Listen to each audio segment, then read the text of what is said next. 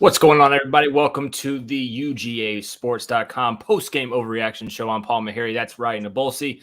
And damn, Roddy, I don't think anybody had this score in mind. And wow, I've already gotten numerous texts from friends that were at the game saying this is the loudest it's been. I was there as a student for the 2013 game against LSU that everybody proclaims is the loudest.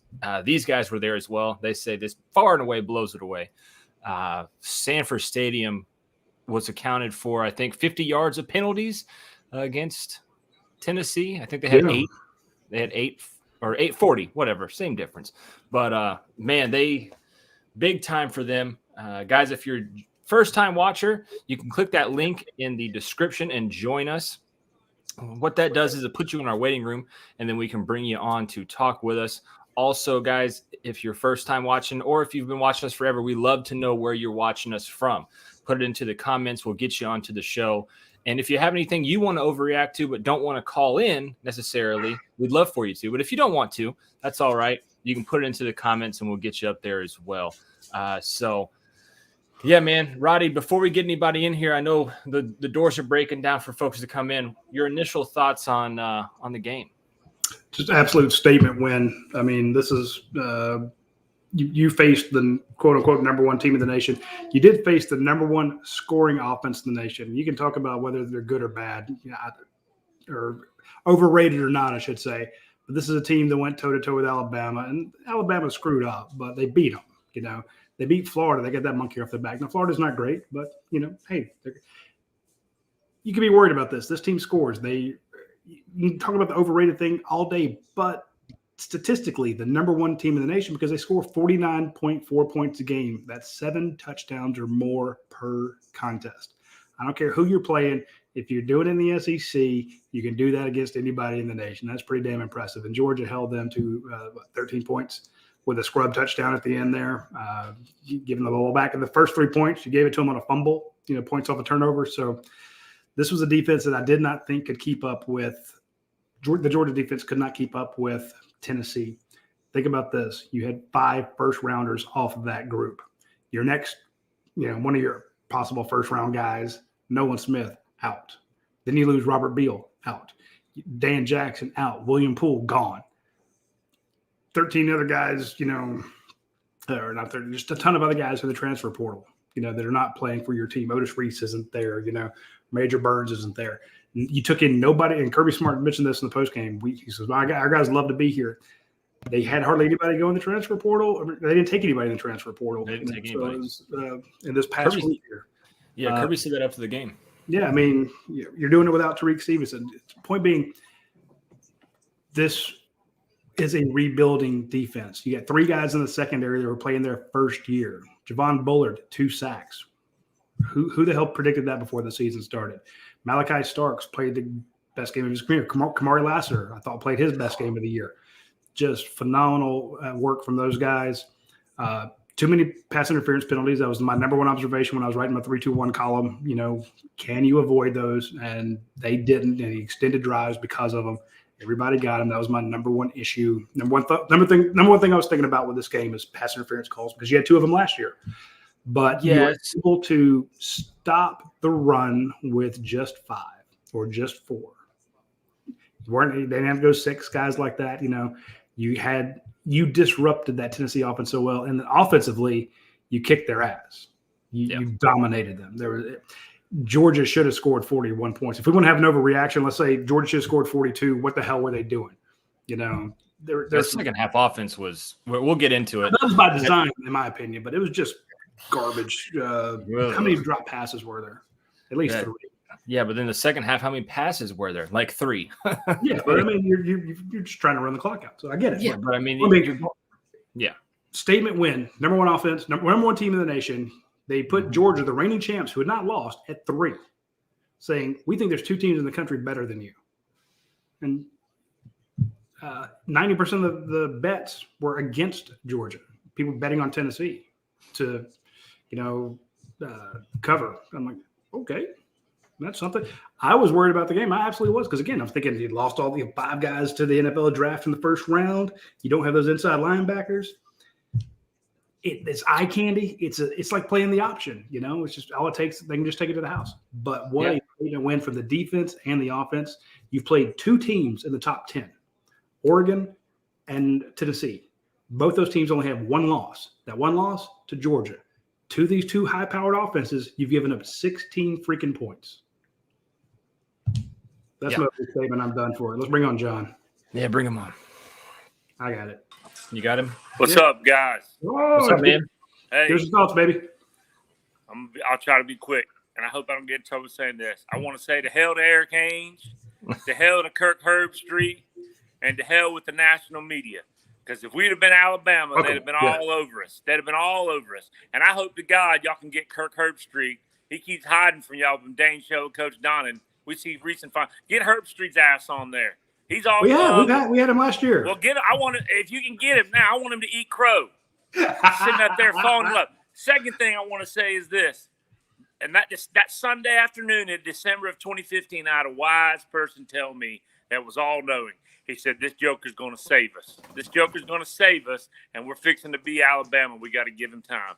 This joker, Coach Kirby Smart, has saved us. How many years have we gone into a game like this and been on the opposite end? This guy, and I listened to him and Shockley at the end. I hope I don't get in trouble for saying that. That's the Bulldog Radio Network.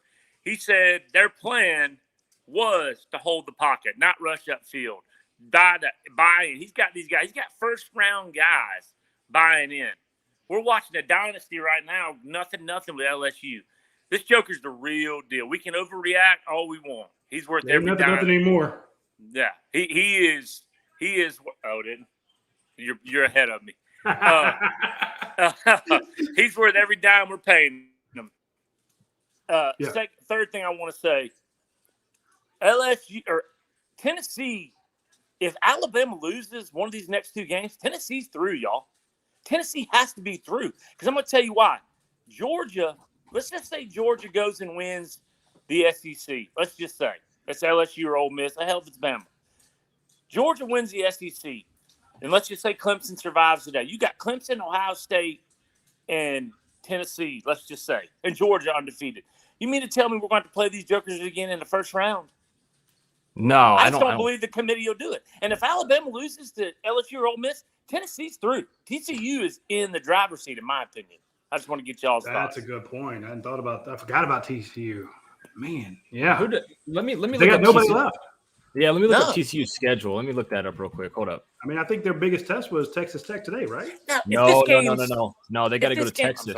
They got to go to Texas. Night game next week in Texas. Then they have Baylor and Iowa State. I don't know if they stay undefeated. And you mark my words, the national media again tonight, and maybe not Feinbaum those guys, they're going to be saying, well, the score, Tennessee put up a fight. That score was not indicative of that game. If these guys aren't on the take to get the SEC out of the playoff or keep these dynasties out of play, whatever they're doing, there's no way. Tennessee got their ass beat.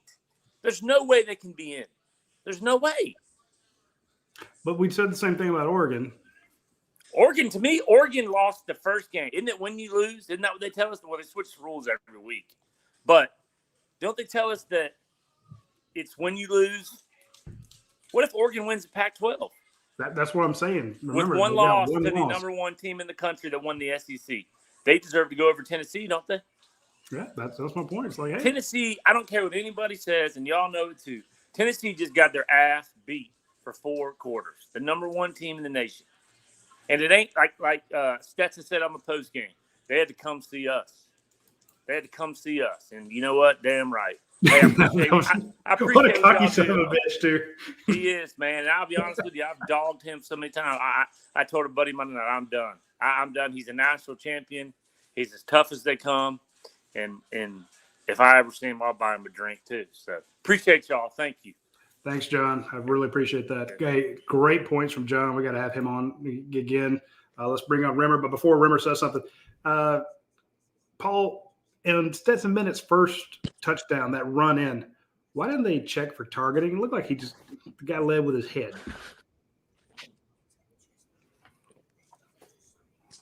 Any idea? Yeah, I don't know why. I guess they weren't reviewing that. All the time looking at reviewing it. Do you not notice his head being knocked sideways? All right. Anyway, let's get to Rimmer. Rimmer, give us your thoughts. Yeah, I don't know. It seemed off. It definitely seemed off. The refs weren't the best today, that's for sure. But it is what it is. I think that they should have. They would have knocked their starting safety out, but it didn't. So,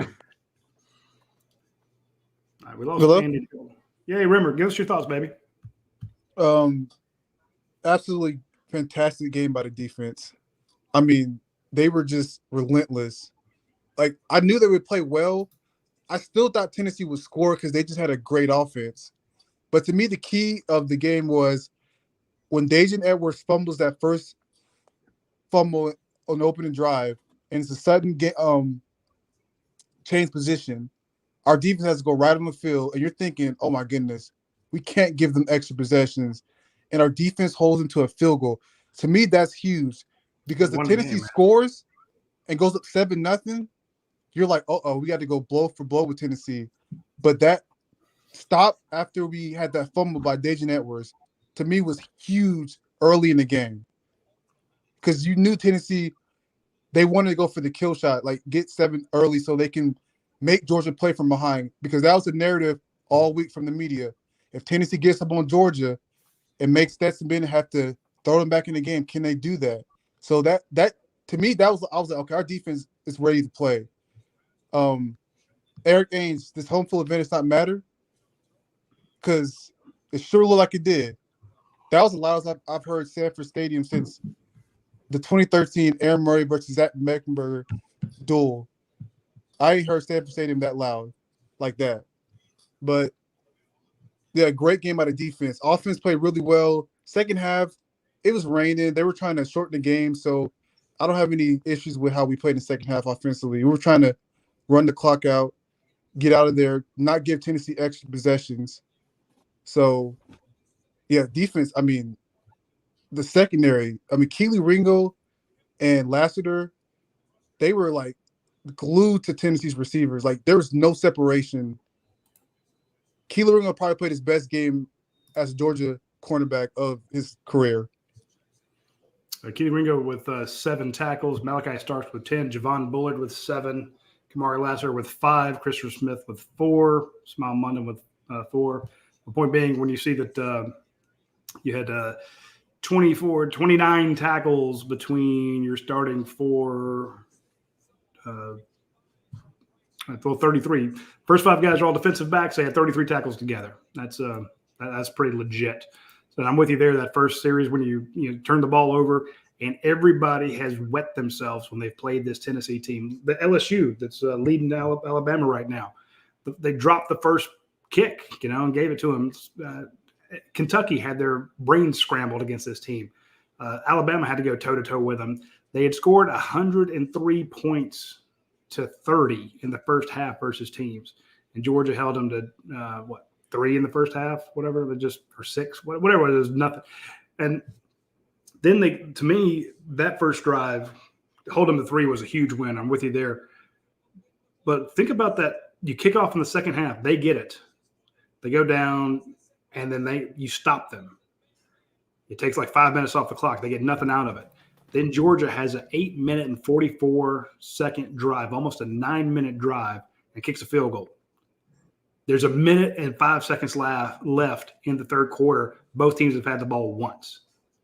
At that point, they're like, okay, you start doing some math. You're like, they got to score 3 times. They got to get one of them has to be a 2-point conversion. Next time Georgia gets it, they just kind of go. And again, Georgia shot themselves in the foot because you had 3 drives. Your offense had an offensive penalty to put yourself behind the sticks. So, and then drop passes. So, point being, I mean, I'm not trying to find anything to overreact to, but I'm with you, remember when you say that defensive performance was lights out. The offense could have been better, but this is one. If you're looking at Mississippi State or Kentucky or playing LSU or somebody like that. In other words, Kirby said before the game, we haven't played our best game yet. They still haven't played their best game yet, and they just beat the number 1 team in the nation. I completely agree. Damn. I thought defense, our secondary, that's what I was trying to tell people all week was people were like, well, Alabama got torched by Tennessee, so Georgia, who plays similar style defensive scheme, will give up some big plays. But we got a better secondary than Alabama. Alabama had a weakness was their safeties. Georgia safeties are way better at coverage than Alabama's. And I had to argue with Tennessee fans. Oh, Georgia hadn't played anybody offensively. Tennessee's played Alabama's defense. They played LSU, and they torched them. Georgia, they're going to get shell-shocked by Tennessee's offense. The tempo is going to wear Georgia's defense out. That was one of the things I was impressed. The tempo, I never felt that the tempo got Georgia's defense. We always lined up.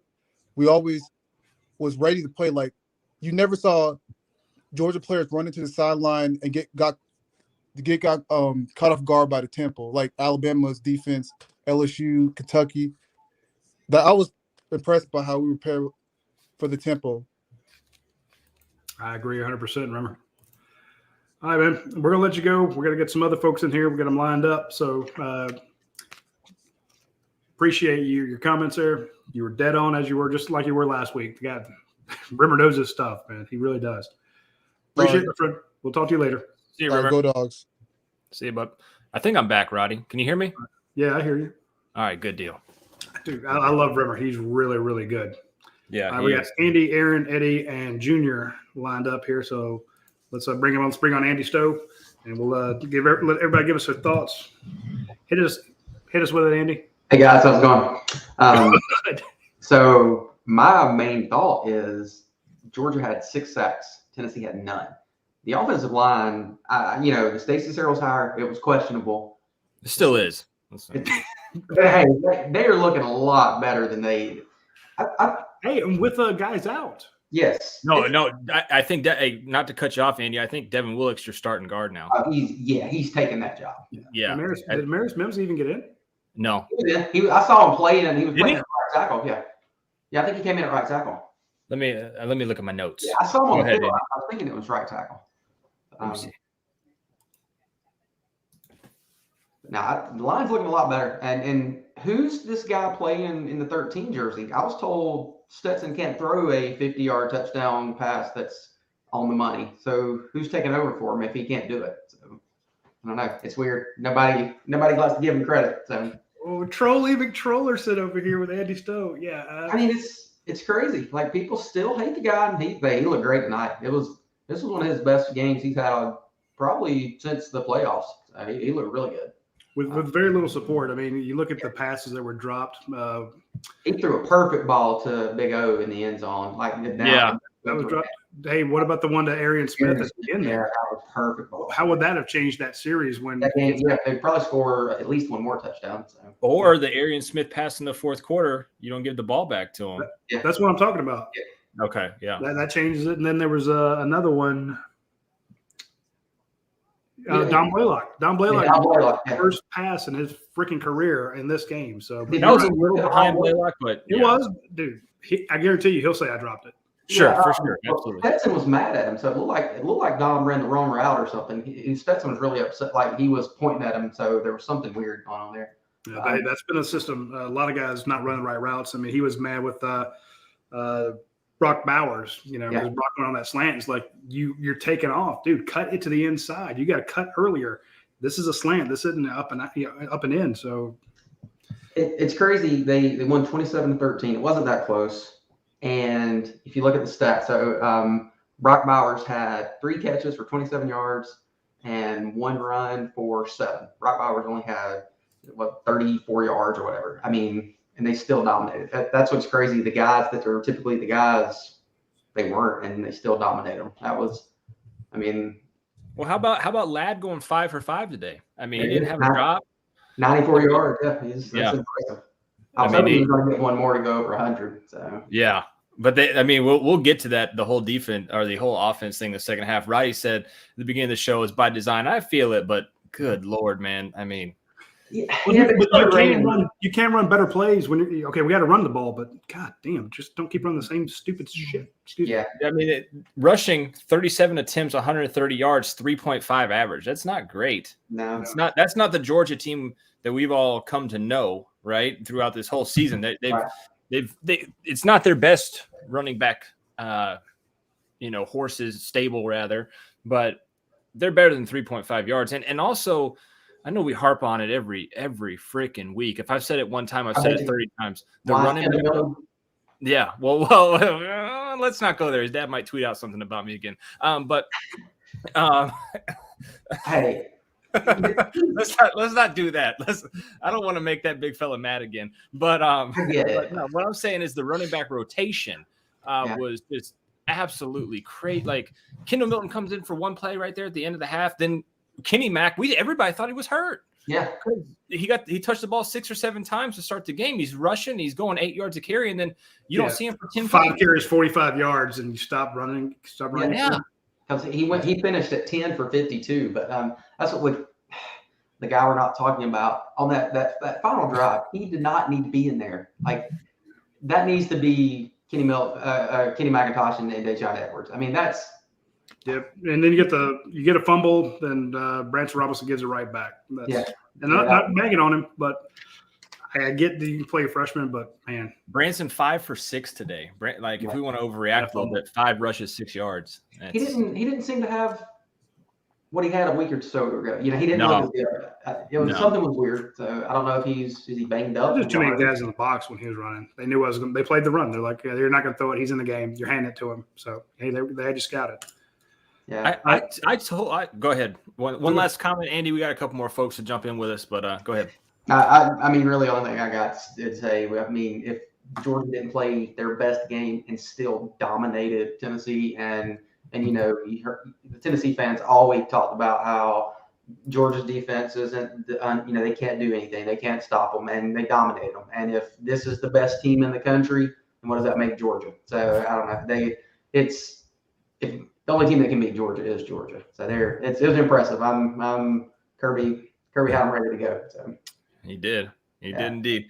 Andy, as always, man, we appreciate you jumping on with us, my brother. All right, see y'all. He's really good too. I like Andy being on the show. Hey, let's get an ad in real quick. Yeah. Boom. You're good at this stuff. I'll scroll for you. The Athens, the 7-6 right here. Doesn't feel like 98. Got some new shirts out. 98 was that the last time they won, Roddy? Tennessee? No, they had that bomb. Kirby, Josh Dobbs bomb. They won that one. So no, I'm talking about national championship. I think that's the last night. Oh yeah, October for pretenders. November is for contenders. I got the between the hedges shirt on today because I felt that was appropriate for what you guys did inside the stadium. And also this thing right here is just amazing. The half zip, quarter zip right here with the embedded logo on there. Guys, you can use the promo code right there. POS22 gets you 20% off of your order. Those guys over there are running like crazy with orders right now. So be patient with them, but they will definitely get you some of the best shirts. It can take a while. This isn't Amazon. Don't put in an order. Expect to get it tomorrow or the next day. Just put in your order and they'll get it to you as fast as they can. Yeah. So we got time. We got hoodies coming out. It's hoodie season. Time to jump on those hoodies, guys. Yep. Yeah, man. Athens. The 7-6, use promo code POS22 to get 20% off of your order. Roddy, who's next? We'll bring on Aaron Calloway. Aaron, give us your thoughts, baby. Aaron, you there? Your mic's muted. Sorry, I'm here. Where's that mute button? God damn it. I know, right? You split screens, darn it. Roddy, is that water you're hydrating with back there? Yeah, absolutely. I'll talk about this a little bit later. So that's the Bustletown vodka from ASW Distillery. So I ran out of Fiddler, and I'm having orange juice. Oh, that's good. You're working your vitamins in. Well, I mean, in a salute to our friends from Tennessee, the big orange folks. I'm having a little orange drink there. Oh, nice. But if you're gonna have orange juice, burn. Really? That was like Coach D with the finger. God, that was I about died. Holy shit! It was beautiful. Yeah. For folks who did not watch the watch along show, bastards. If you want to watch a good show, we had the Georgia watch along show, and Cooper Mays got hurt. And Coach Johnny goes, "Is it his finger?" Oh yeah, that was tough. I about peed myself. That was pretty good. I don't like this, but yeah. Me trying to explain that joke to my wife. I know. We've got Dane in here. She didn't get it like a business maze. We'll bring Dane on a second, but oh god. Apparently, he said the settlement went through this last week or something like that. I'm curious how much he got for his pinky. How much pinky's going for these days? I don't know. Yeah. But Aaron, what's up, man? Yeah. So 3 questions. Thank you, guys. Always love this. Always love Coach Donnan. Very appreciative of the watch along show. It's the best. It's the best and only way any Bulldog fan should ever watch the game. I'm saying that bar none, hands down. Thank you. Sir. My 3 questions, and I did type them out so I would not forget. Is the Keeley criticism fair or unfair? Are we overreacting? That's 1. Ooh. 2, how is that not a safety? Ooh. And 3 is, did the CFP committee just show their front runner lack of awareness of college football? Because, the reality was on the stage today, and for the real people, and let's just call it Vegas and the Sharps, they came in hard today. It's like, for those of us who really know the game, there was no doubt that Georgia was going to win this, but the whole vanity of putting Tennessee first, way above Georgia, not only that, just above them, 2 above them. It's just, it feels like they lost respect from me and others. Is like, how do they have credibility after this? So with that, I'll sign off. Thank you. Love the show, guys. All right. So first question, Roddy, is Keeley, is the criticism towards Keeley warranted? Well, Kirby Smart was asked about that, and Kirby said, let's get the quote here. Yes, yeah, he's resilient. He's a competitor. He texted me, I think it was Sunday morning as we were getting ready for Tennessee this last Sunday, and he says, "Can I come see you?" And Kirby said, "What's going on?" He said, "I want number 11." Number 11, hi. Kirby again. I'm like, well, that's not the game plan. That's not what we're doing. We're going to do it the way we think's best. I appreciate your energy, your enthusiasm, but we're going to put a plan together. We're going to ask you to execute it. And he bought into that. He practiced really hard this week. It's important for him to play well. He called out Jalen Hyatt to Kirby. Says, I want number 11. He missed a couple tackles. But again, that happens to every cornerback. Sometimes out of position. But he made a huge play on a ball, a Willie Mays catch. And yes, so we'll do that against in the 2 weeks in a row, he got burned. Every guy in the NFL gets burned. Every cornerback gets burned. But do they keep picking on you? No. So I do think and I'm one of the first ones. I'm like, what the hell are you doing, Keely Ringo? Damn it, that's stupid. I'm one of those guys. But at the same time, it's like, if you had to go out to that field today and pick a guy to be your, we're picking teams.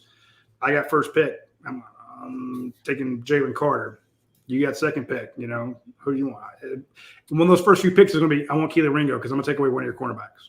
And a guy big physical guy who looks like an inside linebacker is going to take away the run. So, yeah. So I can see both sides of where Aaron's coming from. You took the side of defending Keely, so I'll take – did you take the side of defending Keely, I guess? I did. Okay, so I'll take the other side. Well, first off, for Keely, he's playing man coverage most of the time, so you're going to get burnt. Exactly. You're going to be a lockdown corner. You're going to get burnt once or twice a game. It's just going to happen. The problem with Keely, though, in this game was they were doing those little curl routes on him, and he just wasn't able to turn his hips fast enough and get back to tackle the guys. That was his problem in this game.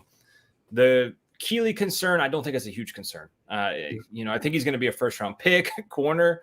He's going to light up the combine. And again, he had a crazy interception that helped, turn the tides of this ball game. Yeah. If he wasn't in position there, what if that's a touchdown? Right. I mean, he played that ball better than I think it was Tillman he was guarding right there. Yeah, those guys were fighting the whole way down there, and he was all over. Tillman's a first-round wide receiver too, guys. So he had 200 yards on Georgia last year. Yes, he is, and he's a first-round wide receiver. And you go to any mock draft, he's a first-round wide receiver, and he locked him up for the most part. I'm curious to see what PFF gives him in terms of a coverage grade, because I think just from everything, it's going to be kind of low. I think they kind of picked on him a little bit. Kamari Lassiter had a great game. But again, are you really wanting to take what's the next step? You take Keely off the field? Hell no. So no, it's just a criticism, and I think and I feel it. His second thing, why wasn't it a safety? That you'll never convince me there was not a safety. Yeah, that offensive lineman's leg was down. 1 million. Body was down. Yeah, all the way up to his arm. Damn, I forgot his third thing. What was his third thing? Third thing was about the committee. Oh yeah, what? Are they susceptible to the prettiest thing to come in and pull into the garage? It looks like it, right? It looks like it. I mean, okay. Here's my thing, Roddy. Here's a question for you, a hypothetical. If Alabama was in Georgia's shoes this year, would they have moved Tennessee to number 1 and Alabama to number 3? So that means, let's say that Tennessee had come down and hosted Georgia and beat them for the first time in forever. Probably because they'd also had that they dismantled LSU. They had pillaged Kentucky, who I thought was good.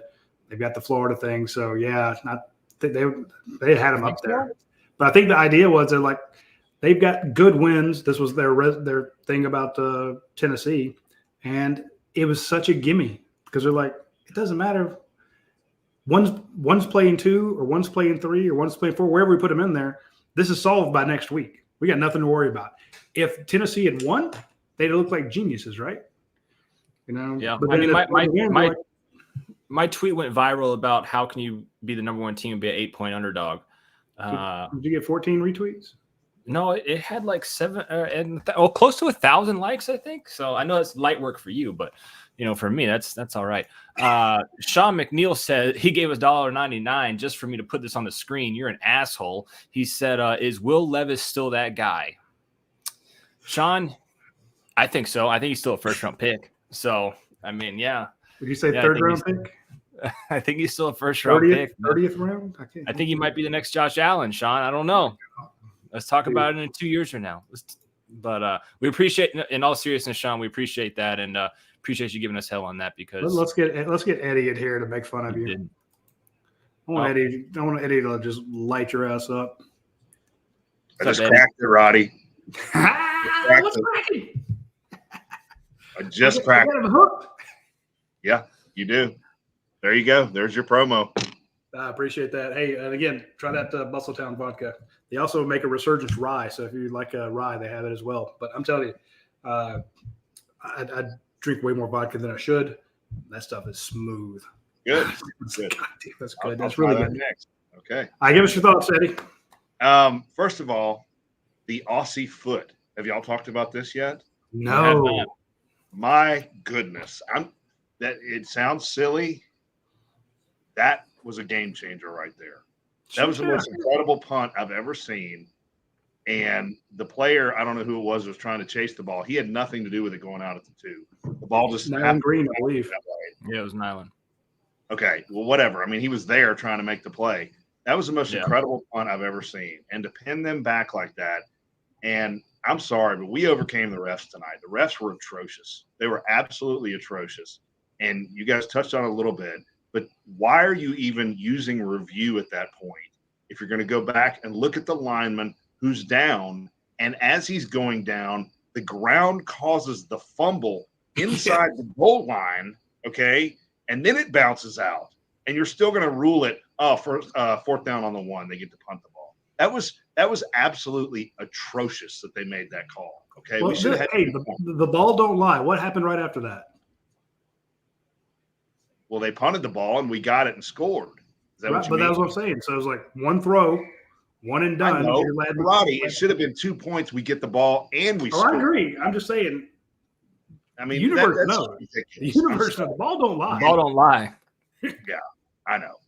But no, I get what you're coming from, Eddie, because let's say Stetson goes out there and throws a pick right there. It's a whole different ball. Exactly. That could be play of the game. Right. I'll punt. Exactly. I mean, that could have been a humongous call in the game, and I'm screaming at the TV, and they reviewed it for 30 minutes. I mean, what are you looking at? They weren't going to overturn it. Huh? I said on the show, I'm like, this is taking way too long. They're looking for some reason to say we're not going to overturn it. Thinking to not overturn it or to overturn it? Yeah. No, because it's taking so long, I'm like, they're not going to overturn this. They're going to say that it's a fumble. Okay. When it takes that long, they never – the Aussie foot, and I'm not going to belabor this. Secondly, the tackling on defense was unbelievable, guys. I mean, they kept stuff in front of them. And if you watch Hendon Hooker on this game, he was looking at his progressions. There's nobody open. and he goes underneath, and we just take it all day long, and they made tackle after tackle after tackle. This defense played lights out against this team. That was unbelievable. That was a dismantling of this team. Well, that was when I wrote our column. My second question was, what does Kirby have? What is he hiding? How's he going to attack this? 3-over-2 on the edges, 5-man rush. They brought pressure. There's guys in coverage, but also I'm like, you got to see Georgia's linebackers. They love to pick guys apart underneath. You have to bring vertical pressure from inside, which we saw that with Jalen Carter, Tyrum England-Dawkins, Zion Lowe, Warren Brinson. Those guys brought pressure up the middle, which was great. It affected the quarterback. And then your linebackers dropped back vertically too, because as we saw in the film breakdown from Brent and Dane, the middle of the field just wide open all the time, and there's nobody there. And those slant routes, are just there's nothing there. So at least those guys drop back, made you have to throw over them, threw off speed, and then once they got a couple scores up, they were able to bring some real heat. I don't think and this is the same thing they did last year to him. They blitzed him on or pressured him 50% of his dropbacks. They were able to do that again without Nolan Smith. And then without Robert Beal. No, Robert Beal. So shout out to Tresman Marshall, that flip play that he had. Dawkins, he played a good game. Davis, Chaz Chambliss. Hey, I'm telling you, those overthrows that Gary Danielson kept saying, "Oh, that's just him being a little off." That's interior pressure that caused those overthrows. Yeah, they were busting up the middle, and they had one on the edge.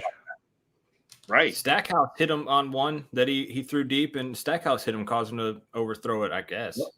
Absolutely. But, they had really good interior pressure, and then those exterior guys. I mean, it changed. Not to say Robert Beal didn't play a great game, but once Tresman and Davis had to fill in for him on that outside, they both got a sack. And not to say that you want to take Beal out, because I think you want to keep him in most plays. He does a great job sealing the edge for you. But when he did have to come out, those guys stepped up, and you're down to. That's partly also a scheme, but right. I love the fact that when they put Javon Bullard behind those guys and disguised him back there, that was genius. Yeah. Again, as I said in my column, I hate to use the word Kirby's a defensive mastermind. It sounds like such a fanboy type thing, but I'm like, no, they've got a plan for this. And Coach Donna told us on the Watch Along show they've been working on this since last year. Yeah. We asked Kirby about this Monday. We're like, have you really been practicing for them? He's like, we work for everybody, This sounds to me like he did the exact same thing that they used to do against Georgia Tech. Yeah. You have one dedicated period where you work against a specific offense that gives you fits. And they've done it. They did it in the bye week. They did it in the offseason. They did it in the summer. They did it in the spring. They did it each week to be prepared for this. And they came up with a great plan. Now, can you execute it? That was my fear. I didn't think they could. But they absolutely executed it to a T. Absolutely. Did you hear him after the game, Roddy? Huh? Did you hear him after the game, Kirby? He let it slip. He said, we've been practicing this for these guys for 2 weeks now. He said that. Kind of throwing a shot at Florida, but also saying, we've been practicing against this, offense for 2 weeks now. And it was like, I think Bryn even tweeted something out. He was like, we heard that, Kirby. Yeah. A little Freudian slip, if you will. Well, one more thing, guys. The second half, I get it. It was raining. We had a large lead and all this. But we didn't look good in the second half. And you know what? It didn't even freaking matter. We just mashed these guys in the mouth. And Kirby just played into that. He's like, we're just going to run the ball. And you guys mentioned the running game. I don't understand the Kendall Milton thing, because when he came out running in that first half, he was running angry like he was last week when he lost that fumble. He looked amazing. And it was like they didn't want to hand him the ball later on. I didn't understand that. He is a really good running back, and they need to feed him the ball more. But, Tennessee knew we were going to run the ball. So they just stacked the box and said, okay, we'll just stop this, make you punt. And that's all we did. And it was just a conservative second half. It didn't matter. We just beat the hell out of the number one team in the nation, guys. The number one team. Yeah. Where do they drop, Eddie? Before we let you go, we got some other folks on here. You can come back later on, but where do they drop to? Well, I think it depends on how this Bama LSU game turns out, because if Bama wins, they're going to go to number 3, I would think. And that would probably put Tennessee at 4, maybe. Well, I don't know. If TCU, man. Ben Bachman says 5. Yeah, that's what I was going to say. Maybe 5.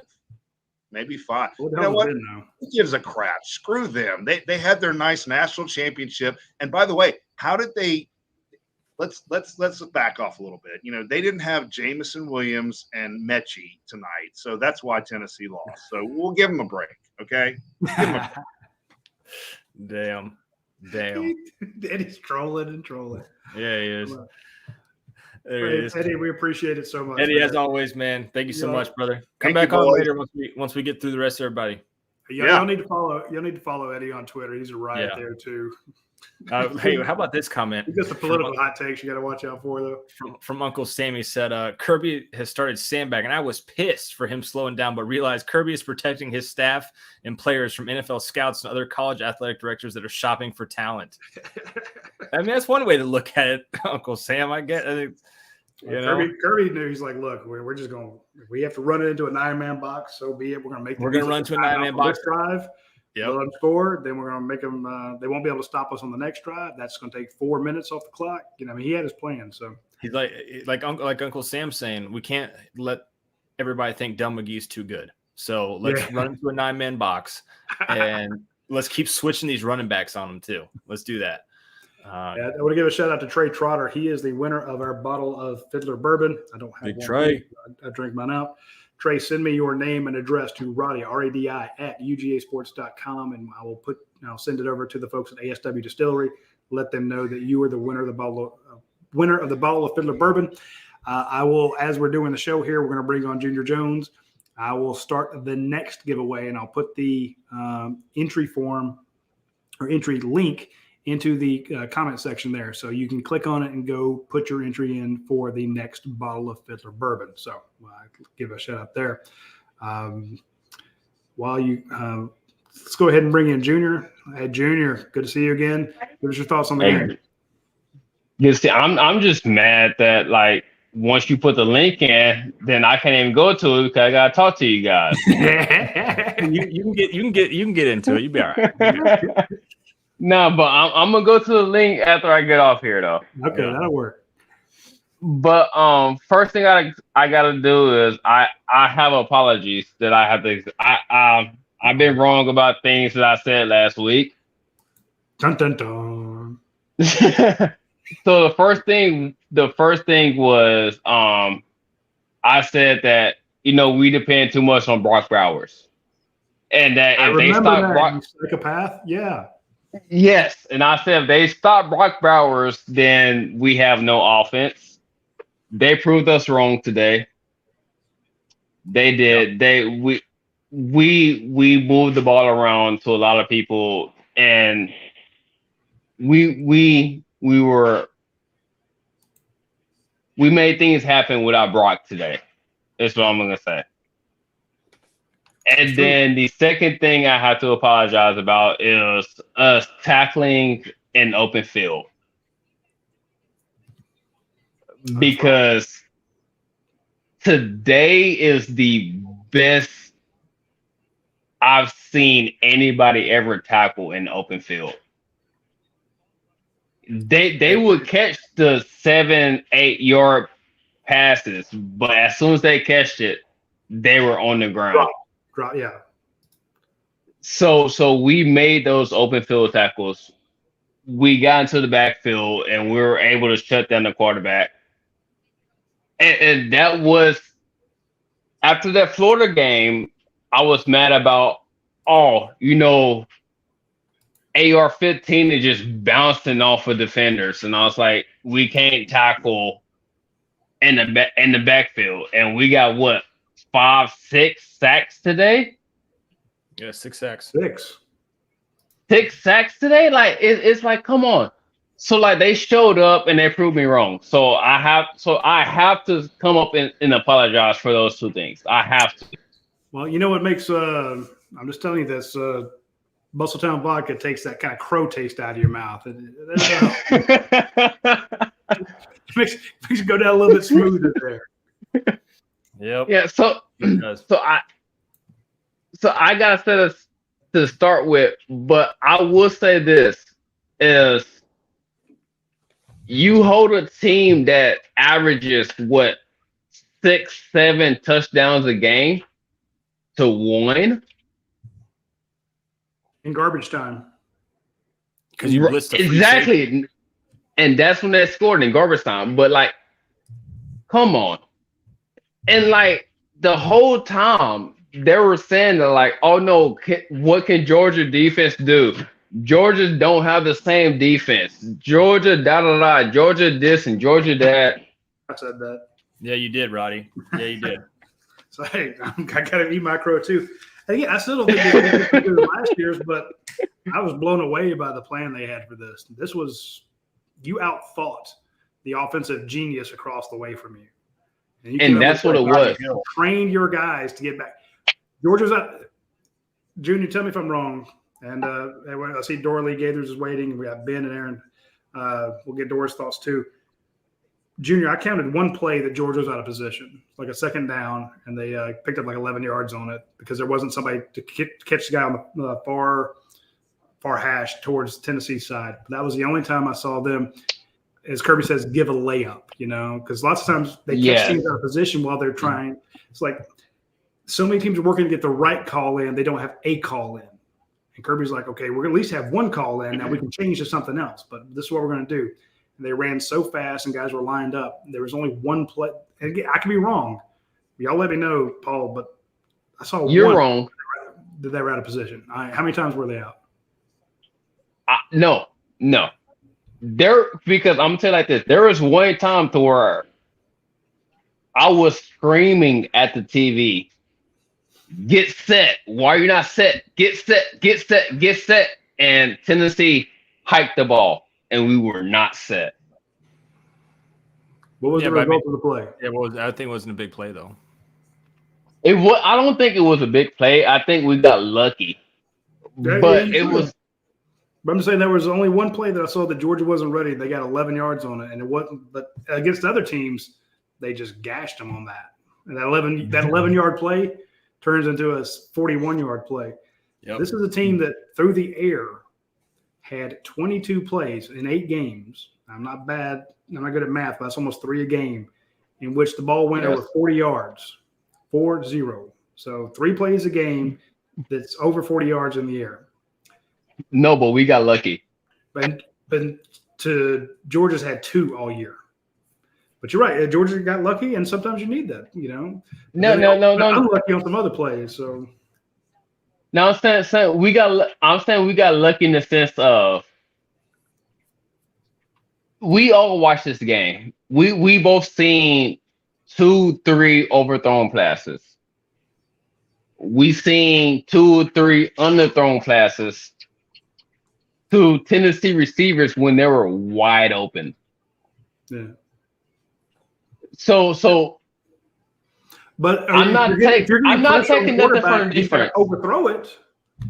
Yeah, that's what I'm saying. I'm not taking nothing from the defense because the reason those passes were over or underthrown is because he had Jalen Carter right there in his face.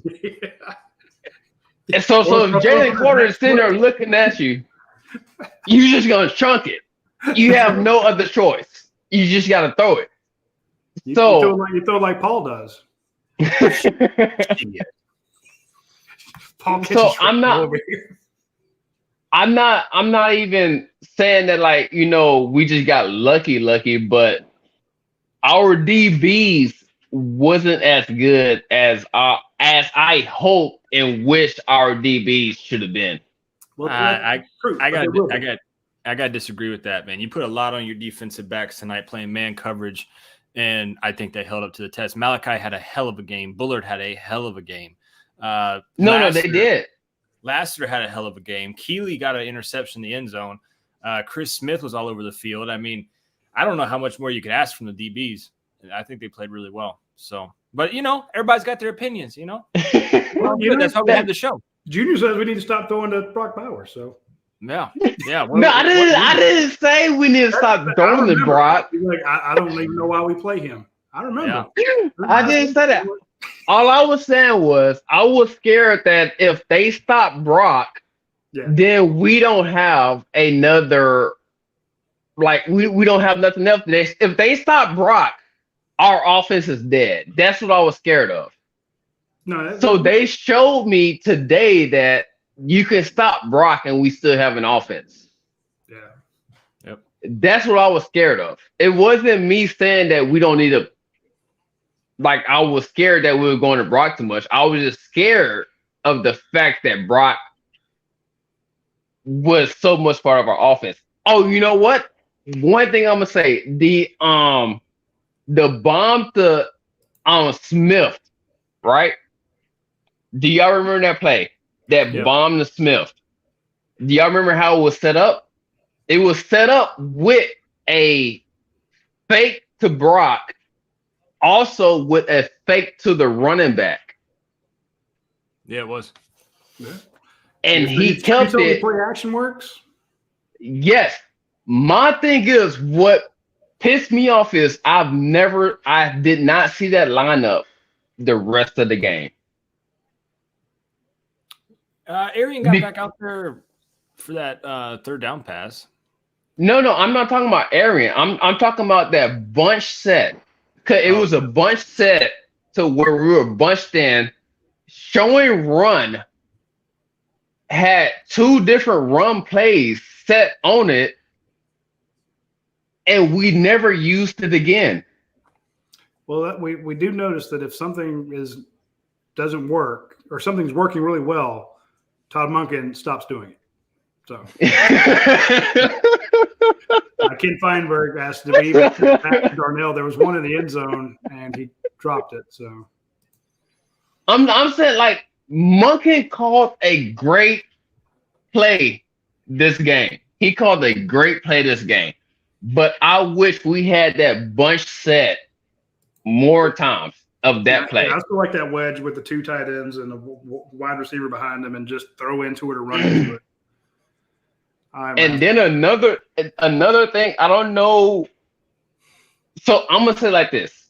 Robertson is my favorite running back that we have. I'm not saying he's the best running back that we need to use right now at this point. But whenever I look at the running backs and I look at them and I see potential, I think Robertson has the best potential as running backs. You're probably right. But tonight he was god awful. Yeah. No. What I'm saying is me seeing Robinson first quarter was scary.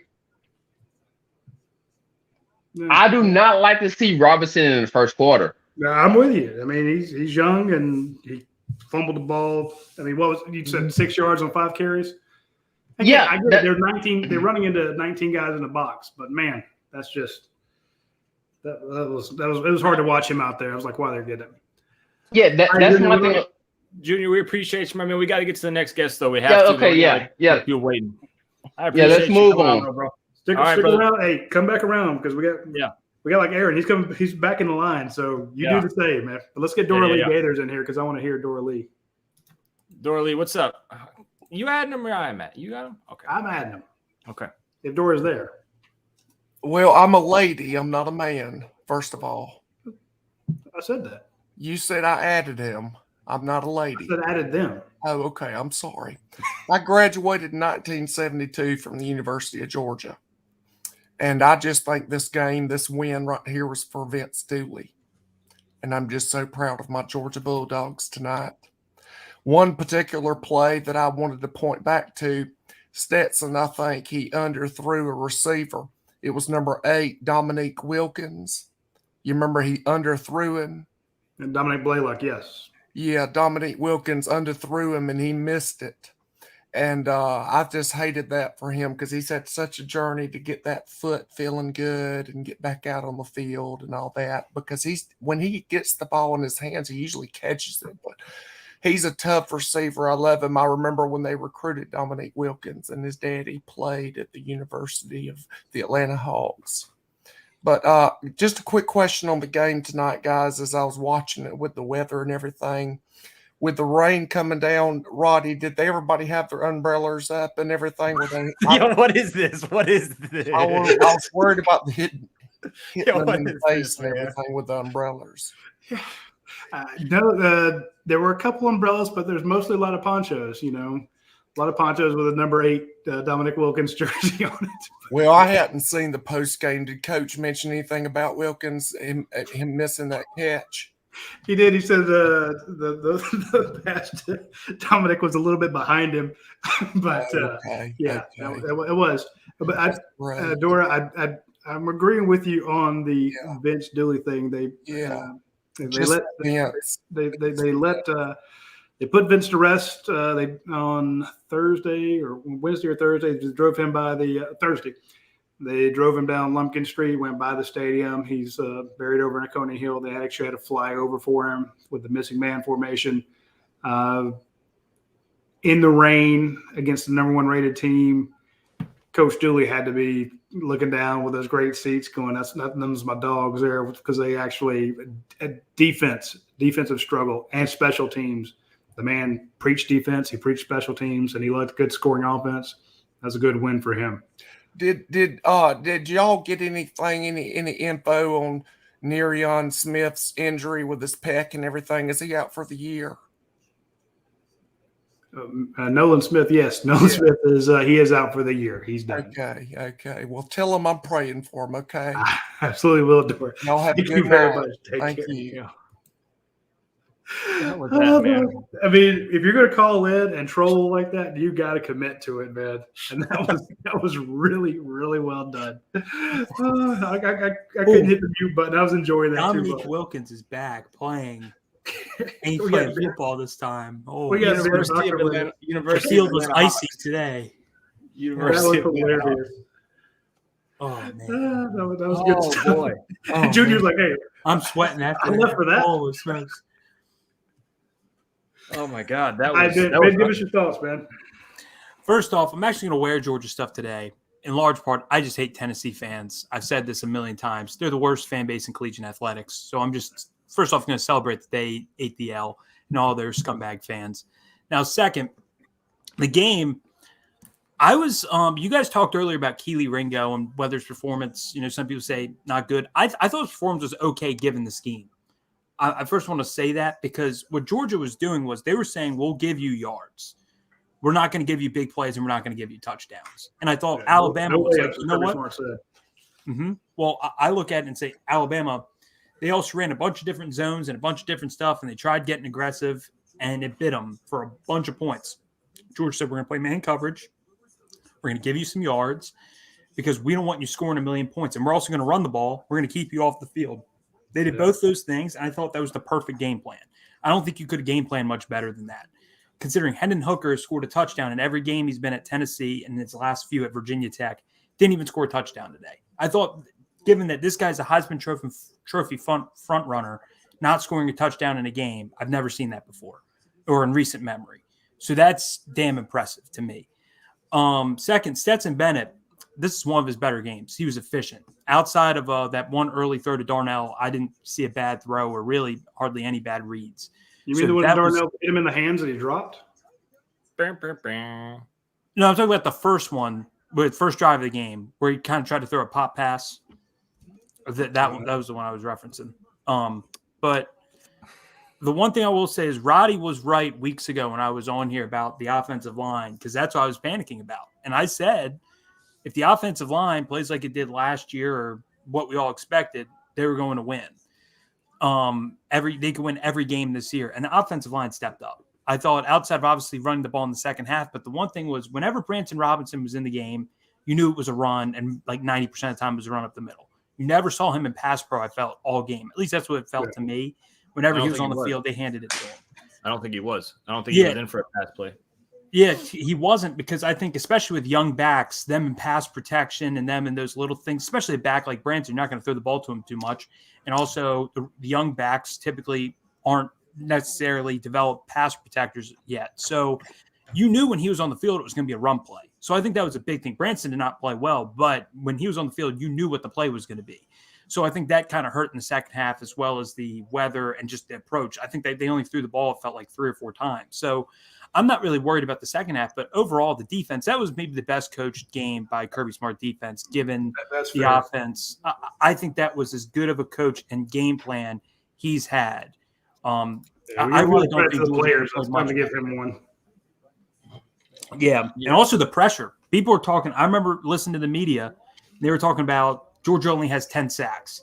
So how are they going to beat Hendon Hooker? Well, they got like, what was it, 7 sacks? 6. Yeah. I mean, 6. That's more than half the amount of sacks they had the whole year going into the game. So that's a big thing for them, just to get the sacks and to get the explosive plays on offense. They had like 2 or 3 of their biggest offensive plays like all year. They totally changed the narrative against the number 1 team in the country. That's damn impressive. Yeah, 289 total yards for Tennessee. Be surprised to know when the last time they were held under 300. Probably wouldn't be in the Heupel era, I would think. I mean, hell, the last year they had a wide receiver with 200 yards, so that's just by himself. So yeah, I did know this. They said at one point they were saying that Georgia had held, before they scored that last touchdown that Tennessee did. So this first time in the Heupel era, they didn't have a touchdown through like 3 quarters or something. Definitely in the first half. So they never in the Heupel era not had a touchdown in the first half. So the fact that they're sitting there with 6, 3 of which you gave them, with a fumble. So that was. I mean, this game could have gone so different. I mean, the fumble right there at the beginning of the game, and then 100%. Georgia's defense stops Tennessee, and then they put up 14 in the first quarter. Heupel looked lost. I mean, his offensive lineman, like I said, Sanford Stadium accounted for 40 penalty yards today on procedure penalties. I mean, this game. Let's give credit to those guys. Yeah, absolutely. And it was raining. That rain kicked it into overdrive for them, I think, in the third quarter. They sounded even louder in the third quarter when it was raining, because I think they all just said, screw it. We're wet. We're a little buzzed still from the hangover, and let's just let's just do it. We're not leaving the game, right? We're just going to get wet and we're going to yell louder. Well, they know you got to stay out there because that the momentum can change quick. Yeah. Paul, it's the one shocking thing. If all the scores hold up right now, you have number 3, 4, and 5 are all losing right now. Michigan is losing right now to Rutgers, about to be down to Rutgers at half. Clemson is down 14-0 at half. And Alabama's only mustered 6 points in Baton Rouge so far. They're down a point. Georgia, to me, and it's kind of crazy because I think if you nitpick about the Mizzou game and whatever you want to, Georgia's still clear right now, the number 1 team, even though you would look and say most years, this Georgia team, I know a lot of people have been like, oh, this week, this, hasn't been good. This hasn't been good. But whenever they have to play a top team, they've been dominant or as good as you can expect. You couldn't have played a better game against Oregon. And honestly, given the offense and given all the conditions and the injuries, I don't think you could have played too much better of a game than you did today. Maybe a couple small things. So Georgia, to me, right now is kind of the clear number 1 team in a year, especially coming off what they had and at points in the season, what you've seen. They haven't been the best team, but they actually are. Ohio State looked awful against Northwestern today. Yeah, they did. And their offense has not played up to par. Georgia's defense looks like, when you look at Georgia, everyone says Georgia has a great defense. They look week in and week out like an elite defense, outside of some small little moments here and there. Ohio State has had moments against bad teams where they have not scored. Notre Dame, they only scored like 20 points. Against today, only scored 21 points against a 1-win team. That's awful. Georgia's defense has been the most consistent unit of all of the top teams, in my opinion, because they haven't had a performance that been like that. It's just straight awful. Where Tennessee did not look great on offense at all today. And Georgia, their defense every week, I can say they haven't had a terrible performance. The Mizzou game was a little scary, right? But other than that, I think Kent State put up 22 on you. Kat, who was at the game, she said exactly. It wasn't too cold, so we just enjoyed the shower hearts out. Yeah, that's exactly. I mean, that's exactly what I think everybody did that was there. Jalen Hyatt had this to say on the crowd: that sometimes the noise was effective. Sometimes we could not hear the snap or the play call from Hendon Hooker. I give credit to the fans. That would probably be the biggest thing that got us today.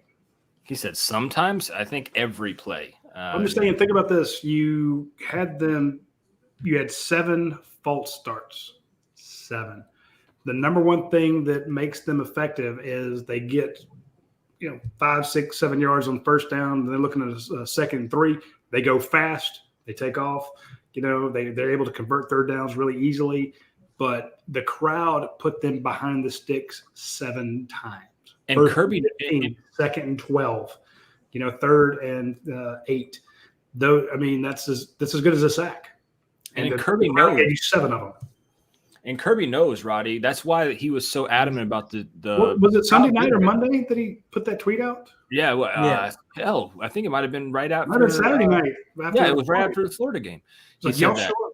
Yeah, and here's the thing. The reason he said that was he knows his defense is elite in long yardage situations. But when a team starts moving on them 2nd and 4, 2nd and 3, they're not that good of a defense. But you hold them to 3rd and 9, 2nd and 12. I mean, they are an elite defense. So Kirby knew that. I've not thought they were elite all year. I've been worried about them. No, they're not. But they played 2 top 10 teams and given up 16 points. I need to come around, man. Yeah, they're not elite in those short yardage situations, but the crowd was able to impact this game so much that they weren't in those short yardage situations. Then when they got in those short yardage situations, there's a false start. Boom, moving back 5 more yards. And I'll say this, Roddy, whether they're elite or not, which depending on how you want to look at it compared to previous defense or whatever, you can make whatever case you want. They've exceeded expectations for this season, to me, on defense. I think they clearly have. So I think that's the one big takeaway is they're way better than I thought they would be because you replace that much and those level of leaders, like Kobe Dean is like the ultimate intelligent linebacker. You're talking about a linebacker with high IQ as a leader. Just replacing him, just making the calls is a massive – just losing that is huge. And then losing Jordan Davis changes. Nobody, if he's on the field, you don't run the ball. He's at the NFL level where teams run the ball 8 yards a carry when he's off the field and 2.5 when he's on the field at the NFL level. That's how good of a run defender that man is. So when you replace that and this is what your defense still looks like, it's downright scary to me that year in and year out Kirby can do this, which is why I agree with Roddy about the whole, I don't want to sound like, I'm just loving the guy like Kirby, but he is to me the best defensive coach in college football. I think that's clear. He came up with a great plan. I agree 100%. So and he's got great coaches around him too. Muschamp, Schumann. Those guys aren't any slouches, So he's got good guys. Scott had those guys playing. It's like and then Schumann loses one outside linebacker, and then he loses a second, and it's like okay. I'm going to move 2 inside guys outside, give them a specific plan that I want them to run, and both of them brought it home, and Tresman Marshall and Reion Davis. So good job for both of those guys. I was very impressed. It was good to see. It was good to see Marvin Jones Jr. out there. I think he got held on a couple plays, but it was good to see him out there. Everyone he was on. It kind of goes to what Amari, part of the family here, says. The defense next year will be elite. Yeah, you got a lot of these guys coming back. And it just goes to show you. But next week is a trap game? Have we brought that up yet? It's been brought up in the comment section there. Yeah. We're going to let you go and bring on Jeremy. Next 2 weeks. He's a good point. Next 2 weeks. Yeah. Kentucky might be a harder game than Mississippi State. They already beat Mississippi State. And they're an interesting team. Dude, if Tennessee can whip their ass, Georgia can. But you're right. It is true. And then we talk about how good Georgia is at home, but when they go on the road, they get that business trip mentality. And so, 7:00 game next week? Yeah. Oof. This post-game show is going to be late. Yeah. All right. Hey, let's bring on Jeremy Neighbors because he's got a kid there. So let's bring on hey, Ben, we're going to let you go and bring on Jeremy. All right. I'll see you guys. You take care. Also, one last thing. If you guys find whoever made the Will Levis comment at Paul, I will Venmo you $10. That was awesome. Paul, you deserve it for that awful take. You bum. Sean McNeil, I think is his name. Find him on Twitter with your burner account. And also, just for Roddy, buy Rogue. Stuff works. There you go. Love it. Appreciate it. There you go. All right, bro. Hey, with that recommendation from Ben talking about the Rogue Shop, I do want to mention our friends at the Rogue Shop. They're what I put on my knee is their full spectrum salve, SALVE. It's from the Rogue Shop. It is a fantastic anti-inflammatory. I love it. I use it. It has helped me a lot with my knee pains. If you have other pains, you can do the Delta 8 THC gummies. Those are fantastic. And I was just thinking of let's add our friends from. Was that what you were just rubbing on your knee? Please tell me. Yeah. Okay. Because I went to the gym before the watch along show. I went over there and I did the thing where you extend your knees out, pull back. I do all the circuit stuff, and my left knee where I need to get a meniscus surgery is absolutely killing me. But I was just making sure because it looked a little awkward on camera, so I'm glad that. Yeah, because you can't see it. Well, it's Right, all shiny, man. Because I got that. Okay, I'm glad. Hey, you do you, baby. You do you. But I do want to mention for people that have a hard time sleeping, the best thing that we've heard from the Rogue Shop people or people who are patrons who use them, they love this. The CBD gummies. The THC gummies, the Delta 8s, the Delta 9s. Those are fun. People have a great time with those, and I always warn people. When you get one, take a quarter of one, take a half of one, wait 20, 30 minutes, see what happens. Don't pop a whole one in your mouth. Don't take one of those suckers, and just trust me on that. So also but what I got up on the screen here are the sleep gummies. Okay. These are fantastic because we have a lot of people who have a hard time sleeping. This will help you sleep. They have the blackberry lemon. They're really, really, really popular. You can get them in different sizes. Big bottle, small bottle, but all the reviews that we've had from the people at UGA Sports that have tried this, and they are on our North Carolina site, our Texas site, a ton of our sites. One of the most popular items reviewed nonstop is the sleep gummy. So if you have a hard time sleeping or if you're in pain, they got you covered. Pain, sleep, or just want to have fun, check out our friends at the Rogue Shop. Use promo code Bulldogs10 to get 10% off of your next order. Let them know that you heard about them on the Postgame Overreaction show. Let's bring in Jeremy Neighbors. Jeremy, who's that with you? This is my bonus son. He's hanging out with me tonight. Baby boy's asleep, so he wanted to come check out the show too. So, what's up, man? Getting into. Oh yeah. Before I get into Postgame Overreaction, guys, man, I had to throw it out there, man. Got to represent the 7-6, man. Had to get the Gator hater, man. Oh, nice. And just the perk. I know they ordered that shirt on a Friday. They had it to me by the next Thursday. So, I mean, awesome. I think that's about as well as you could hope for, not having, I don't know, Amazon Prime or whatever people like to have now. Yeah. Everyone thinks it's Amazon Prime, but it's not. You got to take your time and get your stuff in. And yeah, as far as this game, man, everything, like I told you, I'm from Tennessee, so I was just eating up every minute of it because I had to. Not my family and friends, they kind of kept it clean, but just seeing some of the other friends I got back home were just letting me hear about it all week, and I stayed quiet. I had this quiet confidence all week long, and the boys, man, they delivered everything I wanted to see and more. And I'll tell you, I will say, if I had to give a downgrade, I would say, I'd give the offense a grade A first half, second half. I'd really severely downgrade them. I feel like they just wanted to sit on the lead. And I knew the defense was playing great. Defense, I give the defense an A. But I feel like they got a little too conservative for my liking, even with the rain. And like Ben kind of pointed it out, man, every time Robinson was in there, that just telegraphed what was coming. They started stacking the box, and they were right there waiting for him. Yeah, I 100% agree with that. Roddy and I differ on the opinion of the second half offense, I think, a little bit. But I said this at halftime. I did a little Twitter Spaces with Dane. I said, look, I literally said, Kirby's up big. When he gets the ball in the second half, it's going to be a completely different offense. I wish I would have recorded it because Roddy doesn't believe anything I do. But I said it. And the thing is, it was a completely different offense. Kirby had a lead, and he went into the locker room and said, all right, Monken, you got your lead. Now just get me home. Why don't you stick with – I don't think that was it. That offense is crushing it. I think it was because you got one drive in the third quarter, okay? That drive, took you 8 minutes and 44 seconds. You got 3 points out of it. But at the end of that, they had a drive, you had a drive. There's a minute and 5 seconds left in the third quarter. You're about to go to the fourth. If it had been a 2 minute, 3 minute drive, you'd have seen the same offense. But once you get to that point and you go up 24-6, like, okay, now you got to do we have a 3 score lead here. You bring it, Yeah, so to end off the half, Jeremy.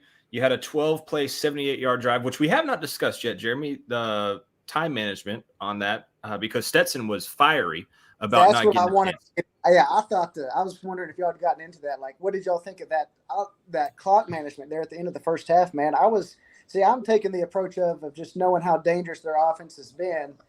I don't want to just put my foot on their neck. I want to cut the head off and shoot them twice. Yeah. He lives in Tennessee country. I get it. What was up with that, Roddy? I don't know. To me, and I said it was dumb. And then people said, well, if they'd had more time, then that third down that was incomplete wouldn't have been it would still been fourth down. You'd have kicked it anyway. I'm like, that's not my point. The fact that much earlier in the drive, you could have been more efficient and have gotten a first down somewhere else, and you could have had more shots into the end zone. You didn't have time. Just a couple runs there. I mean, if you're gonna run the ball, then why? You lost 12 seconds on one play and like 10 seconds on another. At least. I mean, he told the offense to slow down. He was like, whoa. I think it had 20. It felt like he was playing for a field goal or just one shot into the end zone. And I'm like, come on, man. Yeah. And how bad would it have messed with their psyche to go in with if Georgia scored another touchdown? So, and again, I thought when Georgia got their fumble, the fumble recovery right before they gave it back, that could have ended it. Then they had the fourth down that they had the pass interference call on, the face mask on the sack. Yeah. It's like there's so many body blows that would have just broken Tennessee, but you let them stick around. I mean, you killed them, but it's just to Jeremy's point, you could have killed him early. You could have cut the head off with a shovel, buried the body in the backyard. It'd have been done. Just like a bad snake. So I was going to say, I don't think the final score was not indicative of how much, Georgia owned them today. No. And, I just lost my train of thought here, but I thought I just completely went blank here. Sorry. It's all right. I do it all the time. It's fine. Kid brain. I had COVID a couple of years ago. I still get that foggy brain every once in a while. I blame it on that. Children. But I'll tell you, man, all the sports media can kiss my white butt, man. All those little backhanded compliments they were giving Georgia all week. Yeah, their offense can score, but they can't really go deep on you. Their defense is good, but they haven't really played anybody. Hey, can you find that anonymous quote from that coach that everybody made such a big deal about, Paul? Yeah. Yeah, let me see. I'm sure it's on our board somewhere. Screw that guy. Oh yeah, Georgia's missing William Poole. That was, and you can run past their corners. Yeah, I didn't see anybody running past Georgia's corners. Mm-mm.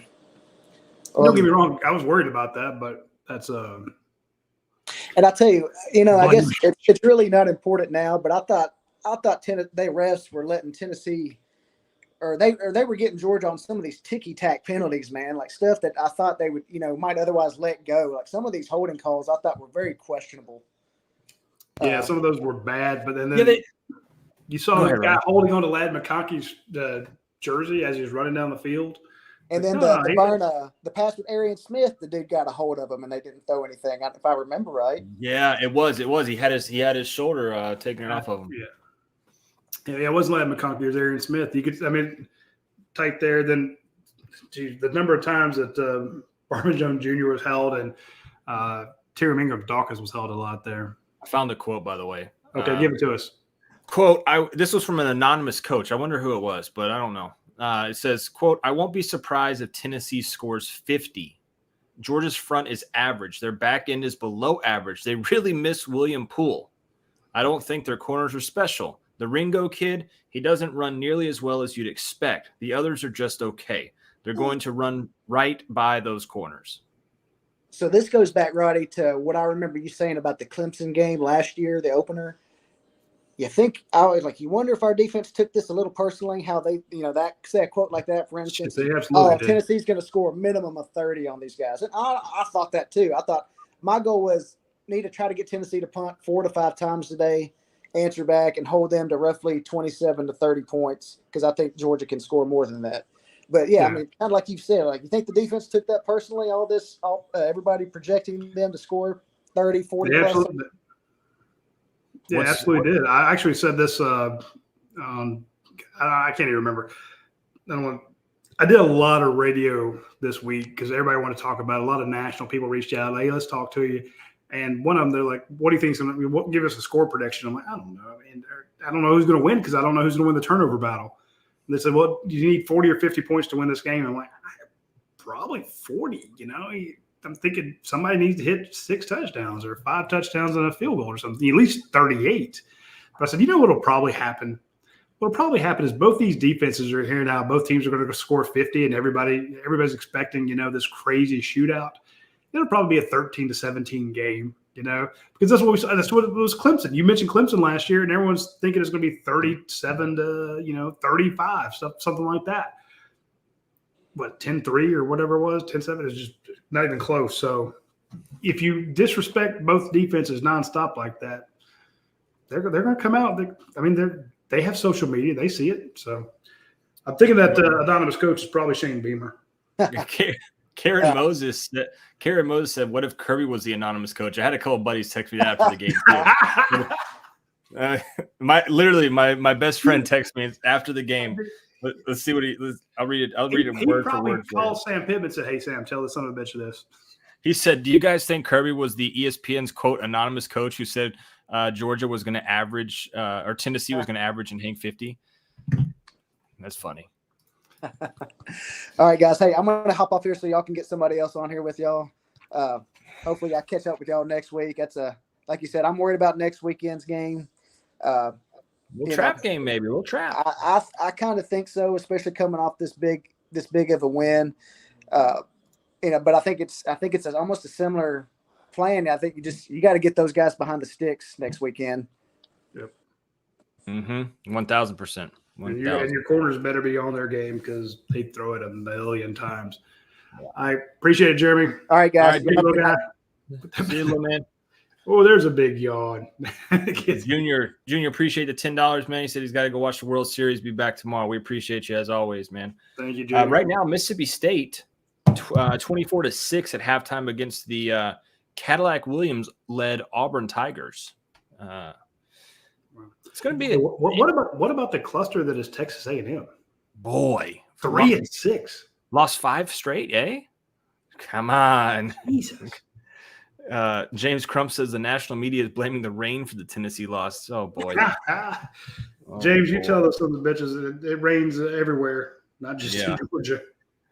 Yeah, that's pathetic. I love it. Dog 85. I heard someone on TV say that Tennessee would score 50 with 500 yards plus.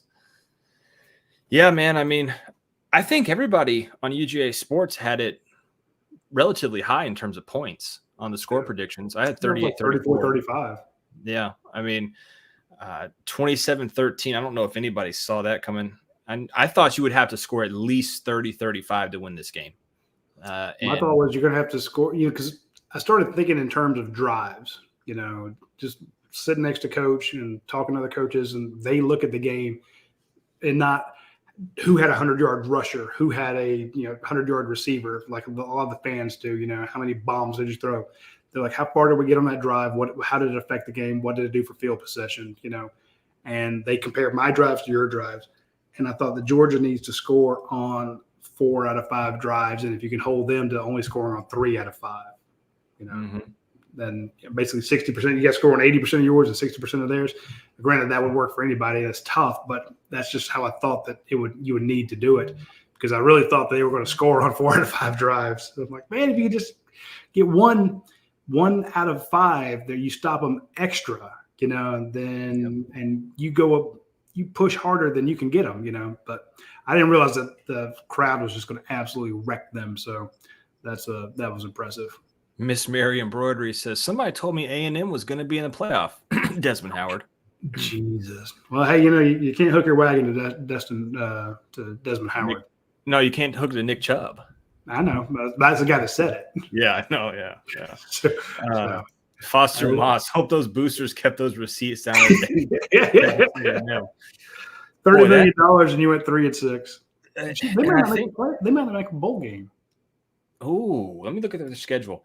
The thing is with Texas A&M is that I think their buyout for Jimbo is $86 million, Roddy. $86 million. He's not going anywhere. They're going to keep paying him. What did Coach Dunn have in his cup today during the watch party? He was on it today. he was focused in, man. He was yelling. He's going crazy. Frustrated. Was like, why will they run? So Stetson Bennett runs for your first touchdown, then doesn't run it the rest of the game. And when you're bringing in Branson Robinson, he's banging his head against that defensive front, with 9 guys in the box. And Stetson's doing a rollout, and there's nobody even walking with him at all. It's like, look, let him keep it just one time. He'd still be running. He'd be Forrest Gump running down Millage Avenue right now with a ball. So, but here's the crazy thing: Coach Donner doesn't drink. Neither do I. It's crazy. We got one thing in common. Okay. Texas A&M, they have Auburn, UMass, and then they end with LSU. They have to win all 3 of those games to be bowl eligible now. I don't. They might win the next 2. Yeah, they win the next 2, and they lose to LSU to not be. LSU would love to keep them from a bowl game. Yeah, absolutely love it. Yeah. Where are all the Tennessee fans? I figured we'd have like a bunch of them on here. I mean, they would be if you couldn't swing a dead cat for hitting them last week. Yeah. Trevor says UT fans are scattering like roaches. Yeah, man. I haven't seen one in this chat. Are they? Who turned on the light? Ah, man. Transfer portal Texas money sign M. Well, hey, Amari, I want to point out the fact that I was talking to people at Georgia when Texas A&M signed that $30 million class. I'm like, what's going on? They said, look, we're gonna get some of these guys on the rebound because they're gonna go there. They're not gonna like it. So yeah. I mean, you convince these kids to come to College Station, and you're like, hey, we have a midnight party we do for football. Come look at it one night. And they go to that midnight Aggie yell thing. I mean, I would leave instantly. What is this? What are we doing here? This is cult-like. Get me out of here. Michael Fowler says those T-shirts from 1998 are going back in the closet as we speak. Yeah. Yeah. It's tough. Tennessee, it's tough. Who does Tennessee have left? I mean, I'm guessing they're going to go undefeated. South Carolina, Vandy, and Missouri. They're going to go undefeated the rest of the way. Yeah, Missouri, South Carolina, and Vandy. So hey, man. They'll go 11-1. That's a fantastic year for them. Yeah. Might be able to backdoor into a really good game, maybe into the playoffs if a bunch of people lose ahead of them. Here's the thing for Georgia, though, is that, I mean, this was such a big game because a lot of folks were upset, right, that when Georgia fans were rooting for Tennessee to beat Alabama because Tennessee is in the East. And so, if Tennessee were to beat Georgia, then Tennessee would have to lose 2 more SEC games to break that tiebreaker and Georgia go to the SEC championship. Meanwhile, now Georgia would have to lose to Mississippi State and Kentucky to not go to the SEC championship game. So they can clinch next week. Yep. Next week is you're playing for the SEC East title, get back in Atlanta. So win that one, you're back in. So next week, your season. What's missing from Kirby's resume? Yeah. And I mean, also that can be something to kind of get the team going too, to get them pumped up. I mean, because this game right here is taking all your adrenaline, right? You go out on that field. You've been focusing on it for a year. Yeah, man. I mean, and you just played Florida too. So, I mean, you're playing back-to-back big rivals. Everybody's talking about how Tennessee's going to whoop your ass. And you come out there and 93,000 fans are making it to where you can't hear yourself think. And they're all rooting you on. And now you got to bounce back, though, Roddy, and go to Mississippi State, which this hunky, weird-ass offense is going to try to, dot you for 3 to 5 yards everywhere. But if you're Kirby, say, hey, look, guys, we win this, we're going to the Dome again. Or they don't. Is it the Dome? No, it's not the Dome. The Bins. They have a dome, though. Whatever. Yeah, it is a dome, but I guess you're going, so that's it. But, I mean, I don't want to say Kirby's missing it, but for a guy who's won a national title and played for another, I think he only has one SEC title. Ooh. Well, yeah, he beat Auburn, So he's won the East a bunch of times, but, lost to LSU, lost to Alabama in the SEC title game. Yeah, so you're right. National championship in 21, SEC championship in 2017, 4 SEC Eastern divisions, 2017, 18, 19, and 21, but only one time winner of the SEC.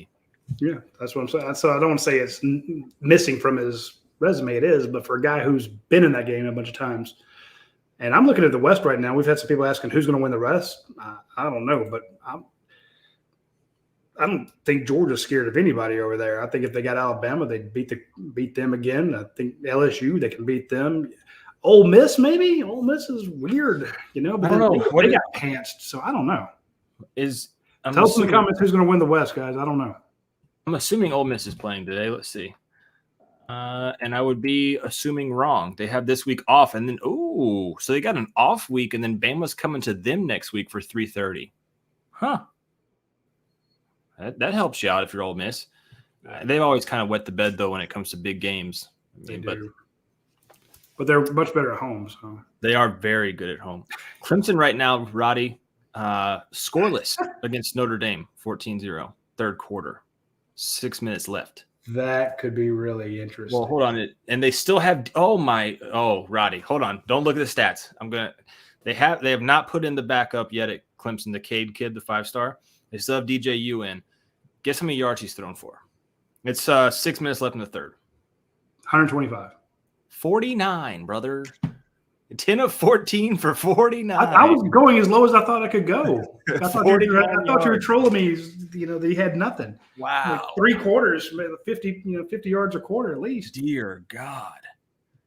DJU, man, fall from grace. Whew. You were on Dr. Pepper commercials last year, bro. Now you're throwing for 50 yards in 3 quarters.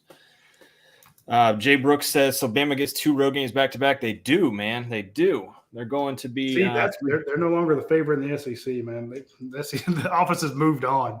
Yeah, so Dane posted this, and I'm curious your thoughts. Has Georgia started its dynasty run yet? He said that after today's game, it is now a dynasty. To me, a dynasty is when you have multiple titles. Okay. But you're no longer the flash in the pan, which is what a lot of people thought in Kirby's second year. So go 2017, you play for the title, you lose at the end there, and then you lose in 2018, you don't get there. 2019, you make it, nothing happens. 2020, you don't even get to the SEC championship game. So it's starting to go down. And people are like, people weren't really complaining, but they're like, you went from title game to SEC championship game to SEC championship game blowout to not even being in the SEC championship game. Boom, title. So you've played for 2 titles. Now you're going to be, in other words, if you're back in the playoffs, you're here and you're not doing it with like this Tennessee team is a very senior laden team, a lot of older guys out there. What we're seeing at Georgia is you're winning these teams. You rebuilt this defense. You lost all that talent we talked about earlier in the show, and a bunch of transfers. All those guys are gone, but you're rebuilding with a Malachi Starks, a Michael Williams, Marvin Jones Jr. We haven't even seen the 2 5-star cornerbacks that Georgia's got over there. We haven't seen Dalen Everett do what he can do. Nyland Green hasn't really played a whole lot. You've got Singletary. Yeah, I was saying Jaheim Singletary and what can I think of the other one? Julio Humphrey. Yeah, Julio Humphrey. So point being, you've got some great offensive linemen that are backing you up. You're bringing in some top wide receivers. Dylan Bell's playing as a true freshman. You've got 3 5-star wide quarterbacks on the roster, or 2 and then 4-star guy. Point being, you're set to have this continued success. So to me, you're a annual contender, but not a dynasty. Get 2 titles, you're a dynasty. 3 titles, you're a dynasty. That to me, that's my point. It's a dynasty. But he's got a point where you're starting to intimidate the crap out of other teams, and that's exactly what Derek Walker said. He said to Dane, you nut up. You walk out there, you're like, shit, it's Georgia. Kind of like some Georgia fans were kind of worried about Tennessee. You're like, man, I don't know how to stop them. Right now, you're thinking, I don't know how to stop Brock Bowers. I don't know how to stop Denzel Washington. I don't know how to stop that run game. Oh, at least we can score. No, we can't. This is this team has given up the second fewest points of any team in the country. Well, they're not good on special teams. Crap, they're really good on special teams. So they're starting to feel like you don't have a weakness, and it's not a flash in the pan. Does everybody think that Tennessee is going to be this good next year without Hendon Hooker? I mean, they're bringing in that quarterback they paid like Nico's $90 good, million for. but I mean, he's a true freshman. Do you think he can do all this? Maybe he can. No. Maybe it's a good system. But point being, LSU with that 2019 team that just killed everybody. What was it? 1-2 years later, the coach is gone, and they had the wheels came off. So sometimes you can get a great amalgamation of talent that kicks everybody's ass, but it's still kind of a flash in the pan. Even though you win a title, LSU wasn't a dynasty, even though they had all those first round picks and all that talent. They had 5 guys go in the first round on offense. Unreal. Yeah. The point being, they're not a dynasty. That 2 years later, they had to get a new coach. So I think this team is built to last. And all that crazy stadium, all those people screaming, all that attention, guess who watched that? With seats down front. Right here. Dog for life. Recruits had to love it. 21 5-star guys, depending on which ranking service you look at. Number 1 running back, number 1 cornerback, number 1 safety, number 1 outside linebacker, number 1 inside linebacker, number 2 inside linebacker. Just go down the list. It's nuts. Samuel Mpemba, one of the last guys in the top 10 in the Rivals rankings who is not committed.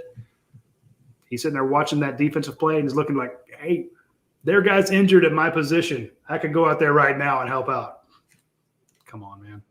Michael Fowler says we're living in a world where opposing defenses are concerned about Ladd McConkey. He's right, though. Absolutely. I mean, who would have thought? Who would have thought? Hey, did you see that post-game handshake? Oh, yeah, when he pulled that girl in? Yeah. What the hell? Kirby's so geeked up. I think he cussed, too. I mean, awesome. I think it was one of those things where they looked down on Georgia, right? And the college football playoff did. And Georgia, Kirby Smart sitting there like, guys, we won the national title. We haven't lost. We beat this really good Oregon team. And now not only did we drop from first, but we dropped behind Ohio State too. And we're third. And we've now got number 1 Tennessee coming to our stadium. Man, that was rude. And Kirby was rude, but also I don't know if you could have given Kirby Smart any more ammunition than what you did with that, because he told the players, these guys don't think you're real. They think you're a flash in the pan. Like you said, Tennessee's the hot new girl in town. You guys are overrated. They got you at 3. You guys thought you were number 1 all throughout the week. And it just sparked it. And they come out again. To those watching that were at the game, you guys changed the game. I mean, I think they had to turn down the stadium noise just so you could hear Gary Danielson at times.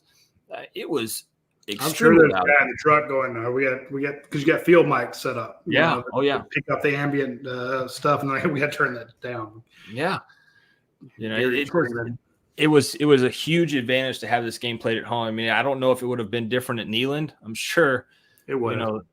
It would have, but that's why you have all starts. Yeah, that's why you have home and away. Just so happens this year it was home for Georgia. Yeah. So, but we saw this. Remember, like after week 3, I remember seeing national people say it's Georgia and no one else is close. Like my top 4 are Georgia, Georgia, and Georgia's second team. Yeah, my column that week was slow your roll. This is too, folks. This is ridiculous. Can you say it now though? Well, that's just what I was gonna get to. And then they had the Kent State game, give up 22 points, and then you struggled at Missouri. And I'm like, I told you, sons of bitches. But now I'm like, okay, the defense that I was worried about then, because again, I hadn't really played anybody, and I was worried about it going into today. I'm like, wow, you got to have some faith in this defense. These cats, and getting Jalen Carter back. Jalen Carter. Oh man, two forced fumbles today. Two forced fumbles for old 88. Pressure, dude. I mean, if you were worried about, he taught a lot of scouts. If you're worried about me, because I had hurt his foot on the first play of the Oregon game, then he had the MCL sprain. Stuff like that can make you drop in the draft. He's like, look, I'm throwing these Tennessee guys around. He went way outside and went against their left tackle. I mean, it's going to be their right tackle, who's going to be an NFL draftee, and just drove his ass into the backfield. What about all those people that said Jalen Carter was going to just sit on the sidelines for the rest of the year and prepare for the NFL draft? Yeah, because there's dumbasses that. Well, here's the thing: if that was going to happen, do you not think we would have reported it? Right, and that'd be you would break that news instantly. Do we ever not do we hold back bad news from the Georgia fans? No. And I spent a good part of Friday running down rumors on about a bunch of Georgia guys in the secondary having the flu. Yeah, but I had to check on it, and if they had, we'd have told people. I told people in our notes yesterday. I'm like, Marius Mims and Xavier Truss, they're banged up, and limited. Sure enough, everyone today is acting like, oh, Devin Willock's the left guard. There's some news. I'm like, that's not news. It's not news, but I think he just Tom Brady'd that left guard position from Drew Bledsoe. Yeah, he just took that thing away. Look at this comment right here from Dirty Kinneed. Tennessee is the hot girl that doesn't tell you she has dentures until it's too late. Then you find out during the victory lap. Dear God, that's terrible. I hope that's never happened to you, brother, because that would be a rude awakening there. Folks are saying you're in rare. What did you say? Apparently, you said something a minute ago. You're in rare form. You're uncensored. I don't know what you said. Probably highs. I've probably been cussing too much. I apologize for that, folks. I like this one. I look forward to what we're hearing, regardless, because Roddy does a bunch of attacks on it.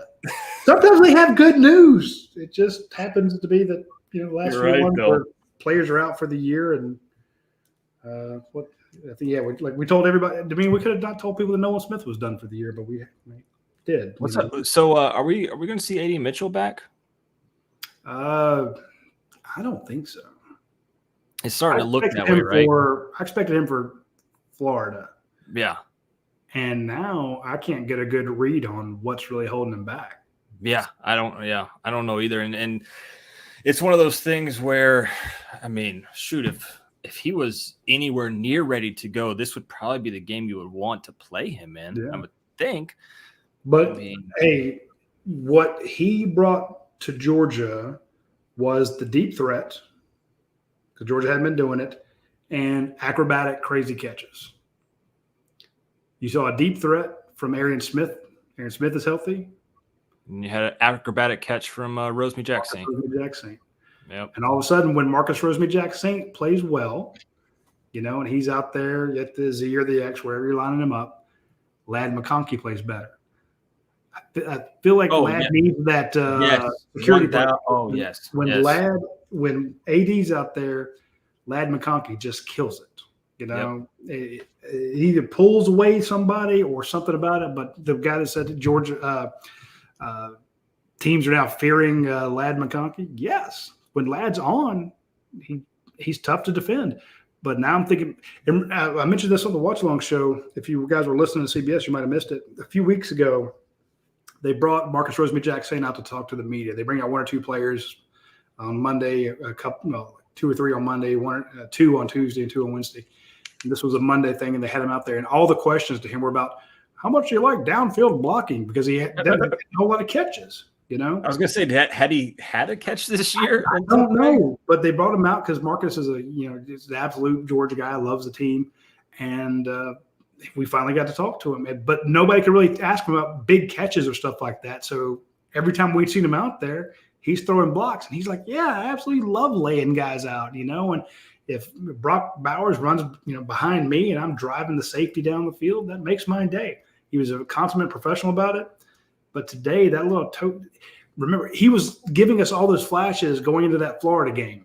That he broke his foot on with the same play that Stetson Bennett got hurt. Because we thought, here's the next George Pickens. That's how we were kind of talking about him. But now, all of a sudden, the last 2 weeks, that catch in the middle of the field last week against Florida. This toe touch thing. Now, all of a sudden, Marcus Rosemy-Jacksaint is working his way into wide receiver one. So okay. And then that takes pressure off Ladd McConkey. Then Ladd plays lights out. So I'm thinking, as much as we've been pulling our hair out about AD Mitchell, if he can't come back. And I feel bad because I said, has Rosemy-Jacksaint caught a pass? He's caught a pass in every game this year. He's got 15 receptions for 192 yards. So plus today, so 17, 18 for 212 and a touchdown. So there we go. Good for him. Derek Walker says, my bad. Derek Walker says, how do we clean up the turnovers today? Not happy to start with a fumble. Glad our D held Tennessee to 3 to start.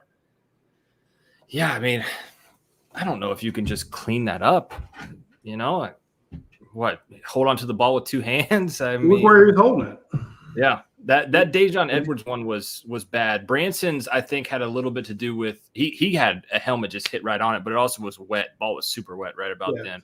But Branson, there was no excuse for his. No. But I'm just saying, Derek, it is coached. It's 3 points of contact. Get your hand over the nose of the ball, tuck it in tight, you know. And he was rolling it. I mean, wasn't doing the hold hand thing where you saw guys doing that in the late 90s, you know, run with the ball. Dion thing, wasn't it? Exactly, like as a potato or something, you know.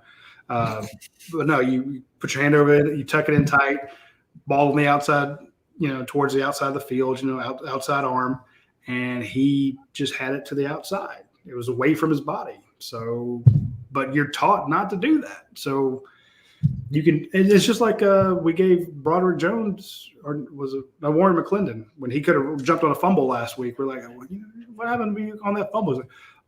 Just kind of, you know, you're taught how to cover a ball up on a fumble. You're taught how to protect the ball to keep it from getting out of bounds or to be stripped away. Yep. But the coaches can't do it for you. So you can just teach it, you know. I have to get maybe a tattoo right here, 3 points of contact, you know. Updates on some scores here for you guys. 14-9, LSU up on Alabama, 2 minutes and 30 seconds to go in the third quarter. End of the third quarter, Notre Dame 14, Clemson 0. Looks like, you know, for all intents and purposes, Clemson's now out of it. Michigan up 21-17 against Rutgers in the third quarter. Clemson will come back. You know that. Let's see. Oh, hold on. He's doubled up his passing yards. He's now at 78. DJU is, so maybe so. Dog for Life says, will they redshirt AD? I'll take this one. I don't know. I don't think so. I think he's an NFL guy, so I don't know if the redshirt really matters, right? Yeah, but I can tell you, going to the camp every year, going to the combine every year, and talking to scouts, now it would be bad for him to miss the entire year. You know, after I know they didn't do the tightrope surgery that brought back Arian Smith so quick, but basically his tape. You know, because they draft you based on potential, not what you've done. He's only a sophomore right now. He's got another year. Okay. So you got another year. It doesn't matter. I think he's gone after next year. Whether he's a true sophomore. He's a true sophomore. So I mean, I think he's gone after next year anyway. Whether you redshirt him, he's a redshirt sophomore. He's a junior. So I don't know if that really matters too much. I would rather you not redshirt him because maybe there's a hope that you can continue to play him. But. Well, hey, he can still play in 3 more games before you have to redshirt. Jeez. Oh, man. UGA broke the AG. Yeah. You got it for it. Yeah. For real, though. She might be right. UGA broke DJU, man. Way back. So what's the playoffs looking like, guys? You guys are in here. What are the playoffs? Give me the top 4 teams. Georgia's in there. Michigan and Ohio State, one of them's got to go, Roddy, right? They've got to play each other. Yeah. So, and then they're in the same division. Return up, nobody cares. Yeah. So one of them, TCU's got 2 really tough road games against Texas and Baylor. If they come out unscathed, I would imagine they're the 4th in there. And maybe, oh Jesus, Tennessee? That's what I was saying. Tennessee will be right back in it. Again, they will have 1 loss, 11 wins with and just the fact that you beat Alabama. I don't care if Alabama loses a couple more. Oh, shit. Notre Dame just did it. Scored again? Yep. Yeah, Clemson's done. Clemson's out. No, they're going to come back. It's 21-0. It worked a second ago. Let's see if they see if I can jinx them again. Let's see. Michael Fowler says UGA 1, OSU 2, 3 TCU, and 4 is Roddy's 5-inch inseam shorts on tonight's watch-along show. You had the short shorts on tonight, Rod? I have one style of shorts. They're not 5 inches. They're 7. Georgia on tap. I mean, I can't help it. Georgia on tap says Oregon ? Dude, that might be a good pick. That might be a good pick. Think about it. If they're the Pac-12 champions with one loss, they're in. And I know this sounds crazy, guys. Listen to me. Bo Nix going to New York for the Heisman too. They were talking about him for the Heisman today. I know that. I know it sounds crazy, but he can't beat my 5-inch inseam shorts. Yeah. If you ever wore some 5-inch, I mean, I wear 7-inch inseam. 5-inch is just. No, dude, I've got huge thighs, man. That would be disgusting for me, even being 5s. So I do wear 7s. Yeah, that's too close. Hey, but Michael Fowler's got me, though. He said you got it. You flaunt it. Respect, Roddy. Hot-blooded. Leo Joe says, what's the best bar in Athens to watch the SEC championship game at? Whichever one you can get into. Go to Academia. And not just because they're a sponsor. There's just a ton of room out there. Yeah, I mean, if you're trying to go to downtown Athens, maybe the Georgia Theater, because there's actually some seats in there. The rest of them, you're just going to stand up and be miserable and have 18-year-olds flopping on you. So, what kills me is for a lot of these places, they'll have the game on, but they'll have like serious music on, Yeah. Like some dance thing. You're like, can we get the game on? Dude, this is a bar, man. Yeah. And so your best chance is definitely Academia. If you want to stay downtown, though, Joe, I would probably recommend Georgia Theater. So, Roddy, what else you got? The Globe. Oh, yeah. It's a phenome unit says there. Globe. Is that still around? Yeah, man. Come on. They just reopened. Oh, my bad. Ms. Mary says Oregon, Ohio, UGA, Tennessee. That would be a fun thing. And you might have to go through Tennessee again. But the point being, it's the reason I said Tennessee, 11-1 with you've beaten Alabama, you've beaten Florida. Your one loss is to the team that's ranked number 1 in the country. They're going to have as good just like Alabama got in without having to play in the title game. But hey, and Miss Mary's thing there, you've already beat 2 of the 3 teams. So you're definitely going to line up against one of those 2. Ryan Harris says, I wouldn't mind 18-year-olds. He also said earlier this gummy was kicking in from Rogue Shop. So hey, Ryan's going out. Ryan's getting a little wild. We have one of these 50 milligram ones from Rogue Shop. Oh, Roddy, you got work to do tonight. I'm just letting you know. No, that's why I got Jason Butt doing all the editing. Oh boy, here we go. Nah, I can't do one of the 50s tonight. I was gonna say, chill out, brother. I got the 30. There you go. There you go. And I got my victory cigar from Cohiba. So we'll have a good time. And Kenneth says, Bo Nix thinks he wants another shot at Oregon. Yeah, that was kind of wild. He came out and said that. I don't know if you want that, brother. It would be different. I'm like, okay. Yeah. Jeff Hightop says, hit that 50, Roddy. Go ahead. No, come on. Hey, again, folks, if you're going to do something with the Rogue Shop, a half one. Yeah. If it's your first time, do a quarter of a one. Then we're going up to a half. And it's not like a shot, okay? It's like you chew it up and you're like, oh, why am I not high yet? Give it time. It's got to work its way through. So I love that 2 of our 3 sponsors are alcohol and THC. It's wild. Down the Georgia defense, Malachi Starks leading the way with 10 tackles. Keely Ringo and Bullard both had 7 apiece, with Bullard getting 2 sacks and credited for a pass breakup. Ringo had the interception, obviously. Behind them, Kamari Lassiter. Damn. 5 of your top 6 tacklers are defensive backs in this game. Oh, it's like somebody made that comment earlier that they had 33 tackles. Yeah. I don't know who could have said that. Hey, I see we got Cody in the waiting area there. You want to bring on Tony Wilson? Hey, Cody, get your hair done, man. Get your hair straight. Yeah, I see you. All right, let's bring on Tony Wilson with I love the hair, man. Give us your thoughts, man.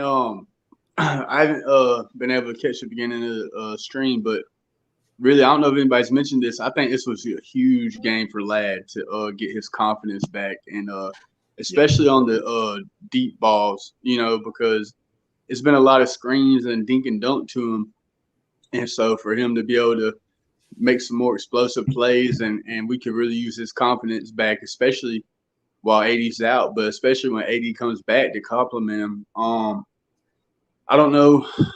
I don't want to gripe and complain after we just put off a huge win, but I would have liked to see the play calling a little different in the second half. I mean, we weren't afraid to throw against Florida in the second half. I don't know what the deal was with that. Maybe it was the rain. But overall, man, I was pumped. I would have loved to run the score up on them. I got family in Tennessee, talk crap to them. Same. My wife's side of the family. She's got 2 uncles up there, and one of their kids was actually at the game. So I guess her cousin. I don't hear from them a whole lot, but this week, it's like, hey, look, Uncle Dan's texting me about, hey, what do you think about the game? I'm like, oh, hey, Uncle Dan, I hadn't seen you in a while. I like what Kirby said at the end of the CBS thing. I just watched the highlight show on that, and then they mentioned how he said we didn't get anybody from the transfer portal this year. Just kind of throwing shots at the rest of the college football world, you know. So and I watched the press conference. They said that Robert Bill might have a neck injury and he's going in for X-rays. But he does have a neck injury. I was told during the game, Cody, right towards the end there, that he does have a neck injury, but he's supposed to be fine. So okay. But hey, we were also told that the pec injury for Nolan Smith last week was not terrible. That was a quote from somebody in who's in the know. Says, yeah, but he's not going to come back, but it's not terrible. Well, okay. And now here's the Kirby Smart thing, because Kirby says, you know, all these guys, they could have gone back in if needed. You know, a guy can get decapitated, and Kirby's like, he's day to day. Yeah. We've been hearing about that, about A.D. Mitchell since the second game of the season. I'm like, man. He's Sanford. He said, oh, yeah, he could have gone back in. I'm like, oh, well, he's been out 9 weeks, Coach. But to your point, the last I heard, and this is, again, we break more injury news or injury updates than anybody else. This was from a very good source, and I was told that, hey, you know, he's got a neck injury, but he's fine. But to your point, you don't take chances with stuff like that. You know, you look at Cedric Washington, you know, who had the neck injuries. You go do the MRI, you go do the X-rays and stuff like that to be sure there isn't an issue there. So yeah, because I think as the season goes on, we're gonna need him. We're gonna need everybody. You know, I don't mind the whole.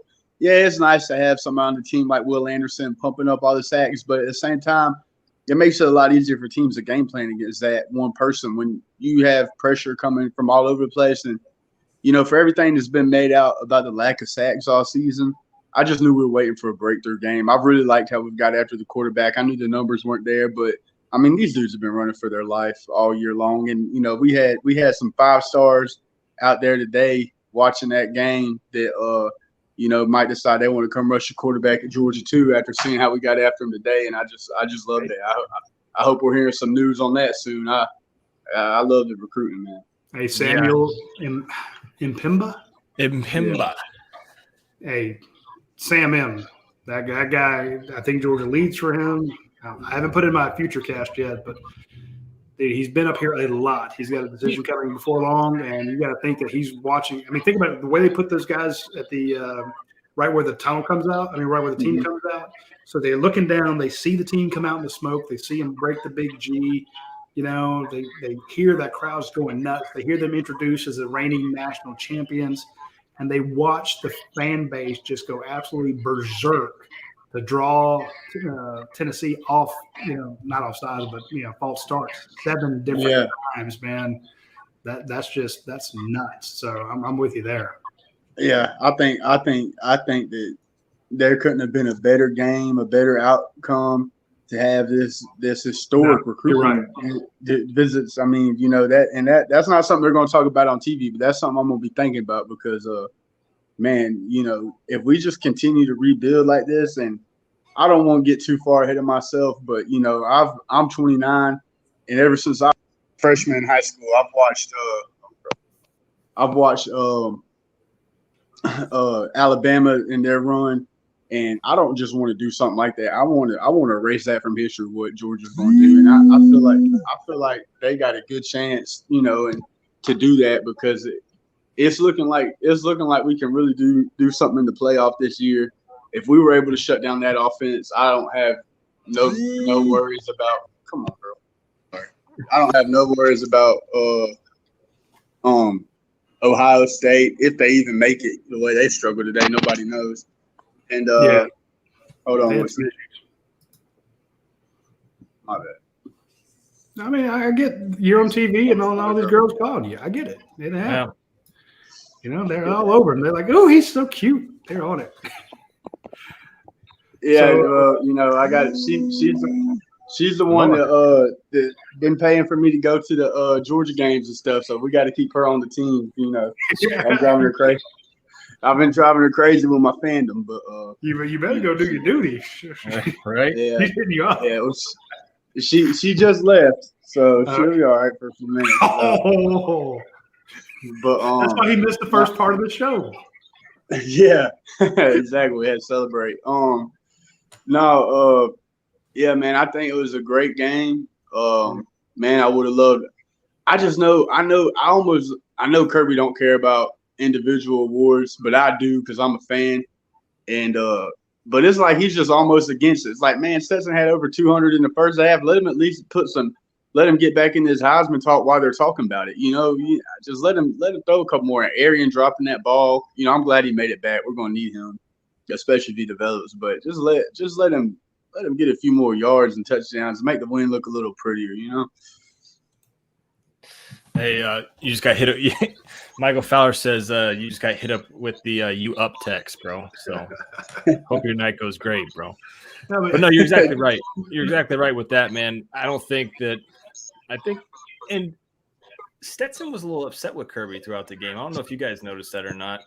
And Kirby was upset with Stetson throughout the game, and they were kind of going back and forth, jawing back and forth. But first person Kirby went to right after the game was Stetson, hugged his neck. So, you know, it's football, but they were going back and forth a couple plays, man. Dude, he's tough on his stars. You remember the leaked audio? If you go to our YouTube page, we got that leaked audio where basically a Tennessee fan was Kirby gets on the headset during practice and he's just yelling at everybody. It comes out over the PA system over the practice fields. Well, if you go to the if you're over at Stegman, you can hear it. You know, if you're over the Rankin Center, you can hear it. If you're walking the track at Village, you can on Lumpkin Street, Specktown track, you can hear him. So they recorded him absolutely blistering Keely Ringo. You know, I saw that when y'all posted it. Yeah, when y'all post something, I get a notification. I was like, oh man, actually that alone had me nervous. Yeah, exactly. I think y'all got the best job in the world. Kirby's in the fetal position. He's freaking out. But to your point, it's he doesn't go in for the original. He likes those individual awards, but he doesn't really push for Heisman or stuff like that. He just wants to win because he knows all that stuff comes with it. You know, he's had two. Georgia never had a Buckus Award winner. He's had two. You know, just because you played for a national championship, you won one. The awards come to that stuff. If you're winning playoff games, the Heisman Trophy talk comes with it. The Ray Guy Award talk comes with it. The the offensive line Moore Award, the Jim Moore Award, yeah. So stuff like that. So he pushes it. But I did want to get to your first thought about the offense in the second half. I expected them to be. You said at least they were throwing it in the second half and just kind of running it up on Florida. Well, yeah, he wants to do that, but I'm sure against this team. But I think the idea was, okay, you've got a 2-score lead. Let's get a 3-score lead. They got the ball first. You stopped them after 5. They had a drive took 5 minutes, went nowhere, or at least nothing happened to it. Then Georgia gets the ball, has an 8-minute, 44-second drive. They get 3 points out of it. Now it's a 3-score game. He's looking at their next drive going, we can start milking the clock here. Okay. But if we throw it, and this is a team that's been picked off a couple times, or we make a mistake through the air, if we give them if we turn the ball over again, they can score in one play. So I think that's why they went ultra conservative in the second half, mainly because of how the first 2 drives gave them the option of going conservative in the fourth quarter because you had a 9-minute drive that just sucked all the life out of the third quarter. It's like, okay, can you score on us 3 times in one quarter? Possibly, but we're going to make you use your timeouts on one drive. And all we got to do is break out one of these runs, and they've been running well. And, of course, hey, give Heupel a lot of credit. He knew what he sees it too. He's like, okay, we got to go 9 in the box. And they did. Right. So, yeah. And that was another thing. If they would have got a first down running, you know, I wouldn't have had no complaints. Pat Edwards numbers and McIntosh and I was glad to see Milton back in. And that was what I was thinking the whole game too, you know, that he's just wanting to get out of there because that offense is explosive. And I was tense the whole time, just even while we were up, because I knew, you know, just a couple big plays, you know, when they were having the long drives, I wasn't nervous. I knew we were going to get the stops and get off the field because that's not really their MO. When they score quick. But, you know, anytime we had the ball, I was wanting to hold on to it or get in the end zone. But I know you just want to rub their nose in it. I get it. I'm with you. Hey, shout out to Chuck Ward says, how many procedure penalties did the crowd cause? I think there were 8 pre-snap penalties. One was an illegal formation, which I don't blame that on the crowd, but there were 7 false starts. Yep. And 7 false starts. Yeah. So if you you're had 9 total with a kick catch interference, and like you said, the illegal formation. Yeah. Illegal formation. One guy wasn't on the line, but Cody, when you got a team that's used to being able to run the ball quickly, and all of a sudden, flag goes up, you know, because you snap the ball too early, Georgia can get a call in, you know. Yeah. So not only does that move them from 2nd and 2 to 2nd and 7, now they're behind the sticks. You've also had time to make your adjustments, make a call. So each one of those stops at speed. It's a spoke in the tire, a wheel in the spoke. I mean, not spoke, a stick in the spokes of your tire. You keep dropping that stick in there, and oh crap, you got to take it out, stop and take it out, and it slows them down. So, you know, a little sugar in the gas tank, you know, they start sputtering because each one of those was huge. So I thought I saw some national people talking about, because you, like you said, when you heard the audio from Kirby, it's like, oh shit, now I'm worried because Kirby is ripping Keely Ringo on one, like, you know, we can't give him layups, and you're freaking out. And the first thing Kirby does, he doesn't sound like the #1 head coach in the country. He's like, we need the fans to come out and help us. Please come out and be loud. It's like, oh, he is spooked. He's terrified of this offense. Masterstroke. 7 penalties. Because it worked against he saw how effective it could be against Arkansas. And folks want to talk about how loud Georgia is. It's not known as one of the loudest stadiums in the nation. But it is now. Yeah. It is. Yeah. It had that reputation of LSU at night. It didn't have that reputation of Neyland Stadium. You know, it didn't have the reputation of kickoff at Williams-Brice with their stupid sandstorm thing. But right now, if you're a team, the last thing you want to do is play in Sanford Stadium. You do not want to be there. Right. How do y'all think we fare on these 2 road games? You think we stay locked in and make it ugly? I mean, everybody we beat had pretty good success against Mississippi State and Kentucky. So, I mean, if there's a games to pass some stats and get Carson Beck some reps, I think that could very well happen. Mississippi State's going to be a weird one, just because you're coming off of 2 really big. I mean, Florida Georgia is always crazy, so players get hyped up for that, and then they're super hyped up for this one. Now you've got to get hyped up again to go on the road and play at 7:00 in Mississippi. That's going to be, you know, that's the tough one for me. After that, Kentucky, I think is fine. Georgia Tech, yeah. So I think Mississippi State is the no respect for Tech.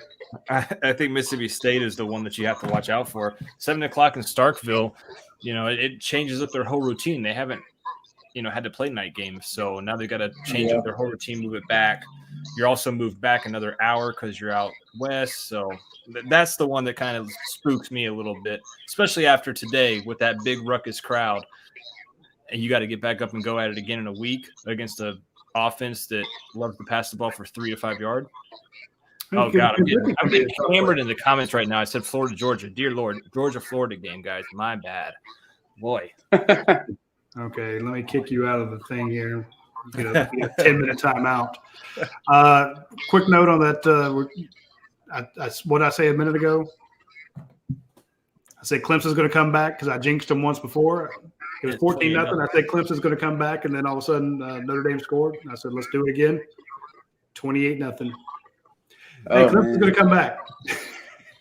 Hey, even if Georgia would have lost, I think if LSU pulls it off tonight with how Ohio State played and Clemson's probably about to blow it, I think that would have helped Georgia in the long run. I'm glad it didn't come to that. And I didn't think it was going to come to that. I really just like the matchup all across the board. And I like the same thing with Mississippi State. Just our physicality is going to overwhelm them. But I got Aaron Murray's autograph at the UGA bookstore at the Vanderbilt game. And the first thing I told him is I said, Will Rogers didn't deserve your record. And he laughed. He's like, fuck no, that dink and dunk shit.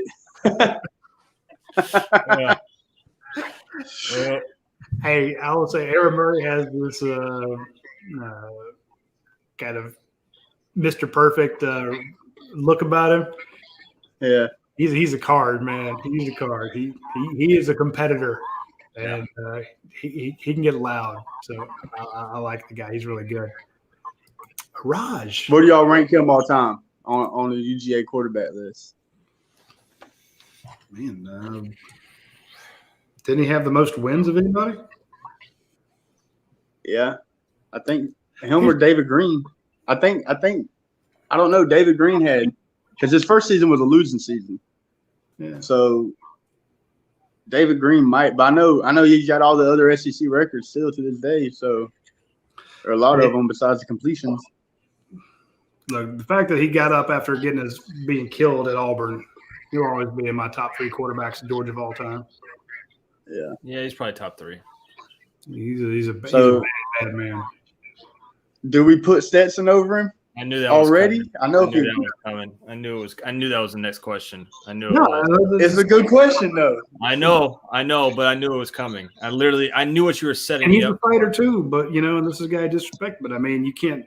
There's no replacement for that number of yards, that number of touchdowns. Those number 300-yard games. Didn't he have a 400-yard game? I mean, the guy was just phenomenal. If he'd had some good defenses, God knows what could have happened.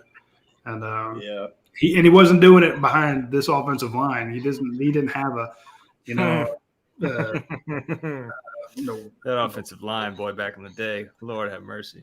Was that Stacey Searles' line? I don't know. No, I don't. I think he had. I know he had Will Friend. Oh yeah.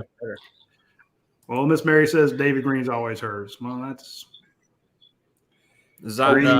Green's a monster. Green, yeah. I mean, I don't know if Stetson wins another national title. That's true. There's no question after that. There's no question after that. He might be the number 1 quarterback ever at Georgia. He gets two natties. Hey, Derek Walker's got it. Joe Cox. Derek Walker's definitely got it. Joe Cox number 1. Yeah. Good God. Oh, it's a tight one between Joe Cox and Hudson Mason, man. Oh man. No, hey. 2 follow-up acts. Beat out Zach Mettenberg. Zach Mettenberg might be a guy.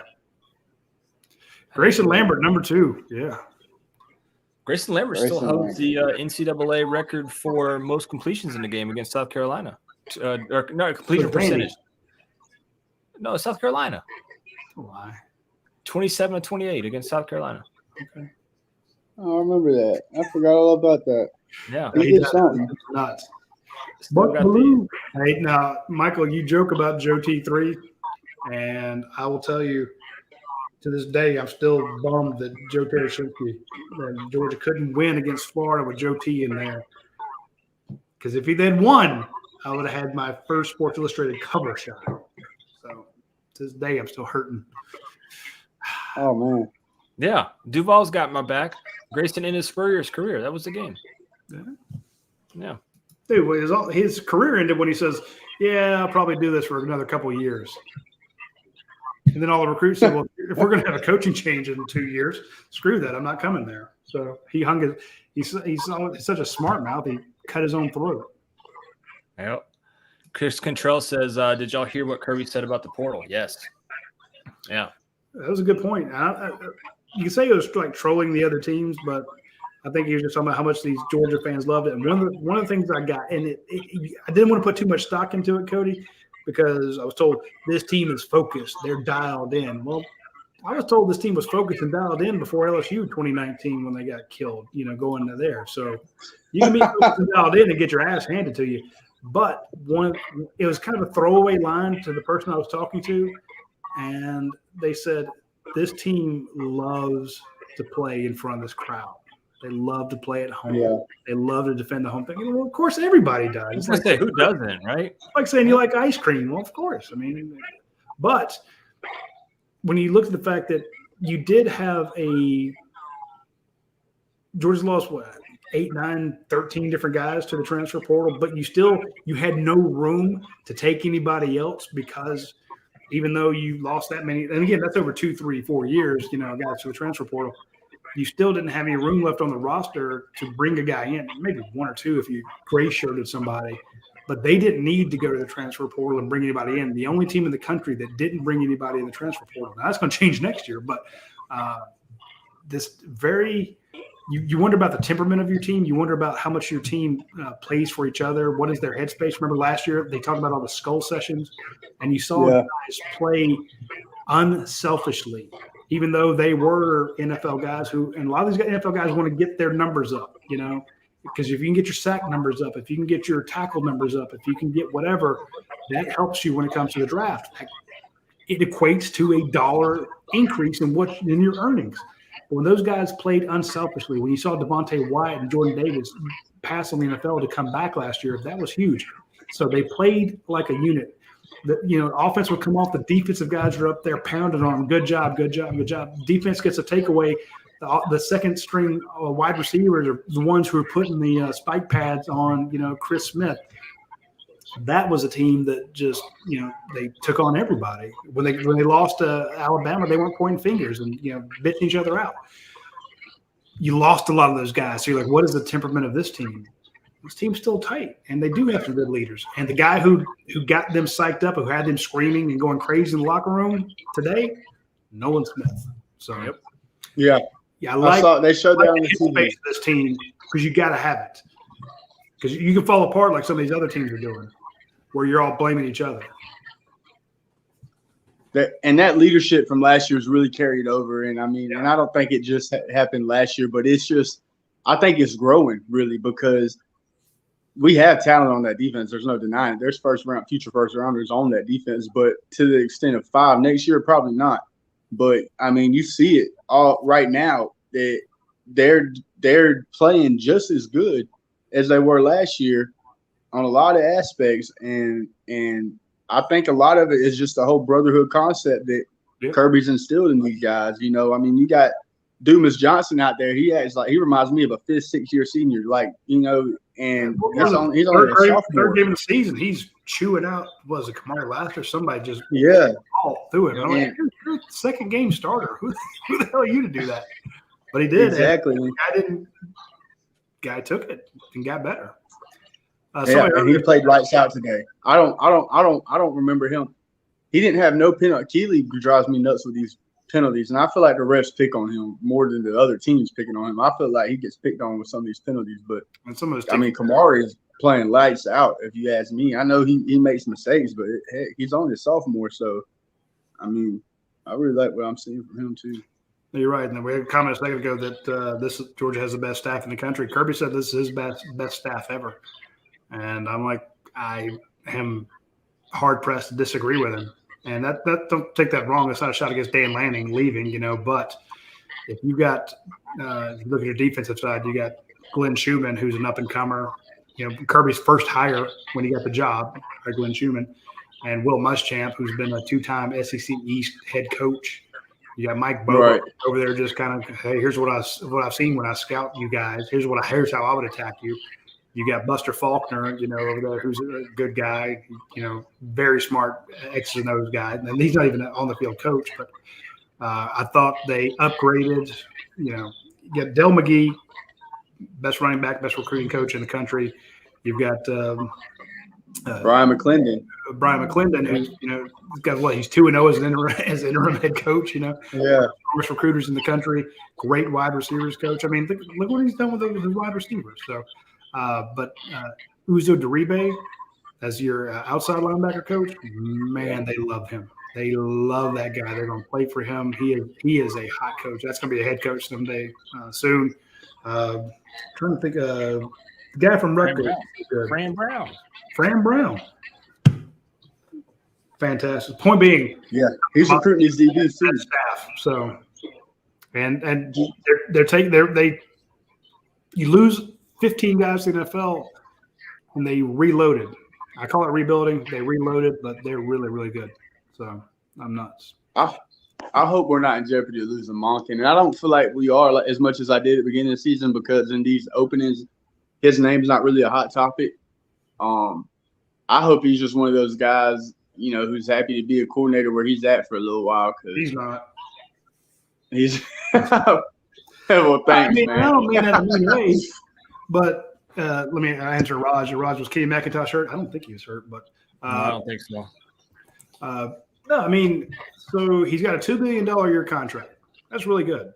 He likes being at Georgia, but if he's the head coach, what's the going rate on a head coach right now? 6. I mean, someplace, yeah, $5-6 million. So 10 if you're Kirby. Hey Cody, you can get away from Kirby, call all your own shot. I'm gonna give you a 3-year deal, 5-year deal, something like that, to come coach my team. My team's not good, but we think you can rebuild it. You're gonna be like, yeah, I'll do that. I'll take a 100 or 200% raise, be the guy in charge. Don't have Kirby yelling at me every day. Not that that's part of it, but just, for your family, for your livelihood, you're like, I can go from a $2 million a year, which is really good, to being a $6 million a year guy. Even if it doesn't work, everyone's still going to remember that I was the offensive coordinator at Georgia that won a title. Well, and the damn buyouts you're going to get paid anyway. Got the buyouts, so you're like, we see these guys lose jobs. What do? They go coach for Saban. They come be on Kirby's staff. So, or they get hired by the NFL. The point being, there's all those job openings, and we saw the Liberty one today. They beat Arkansas. So Hugh Freeze, even though he's got a new Liberty contract, might be somewhere. I don't know when Todd Monken will leave, but it's the same with Dan Lanning. Every time there's a job opening, Dan Lanning was mentioned in it. Eventually, one of them will be appealing enough for him to go. But Kirby's going to have to deal with that every year. Somebody's going to come after Will Muschamp. Somebody's going to come after Glenn Schumann. You can guarantee they're coming after Fran Brown and Dale McGee and McClendon. So, but as long as you got Kirby up there making those decisions on who to hire, I'm not worried about it. And again, if you want to know the only Achilles heel I see of this team, offensive line in like 2-3 years.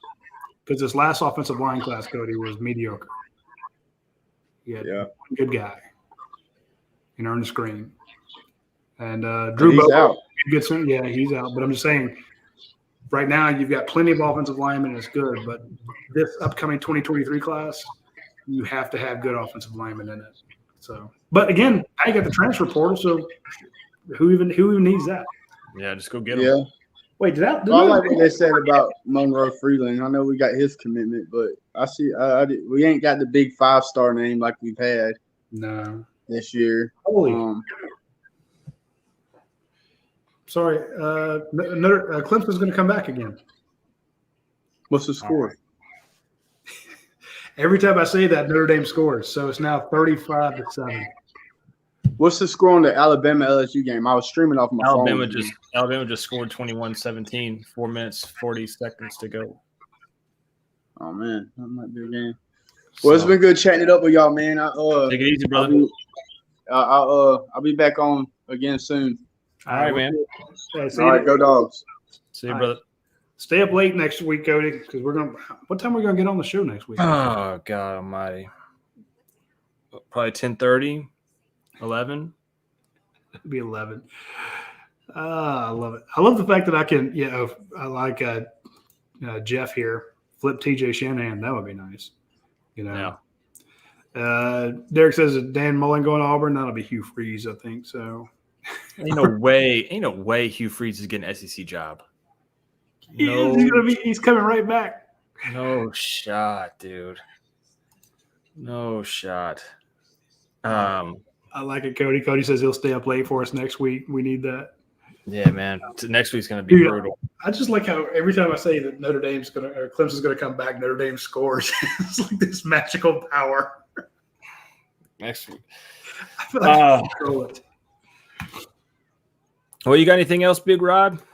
Let me look at something real quick. I want to see what – I know we got a ton of content over at UGAsports.com right now. I want to click on Dash's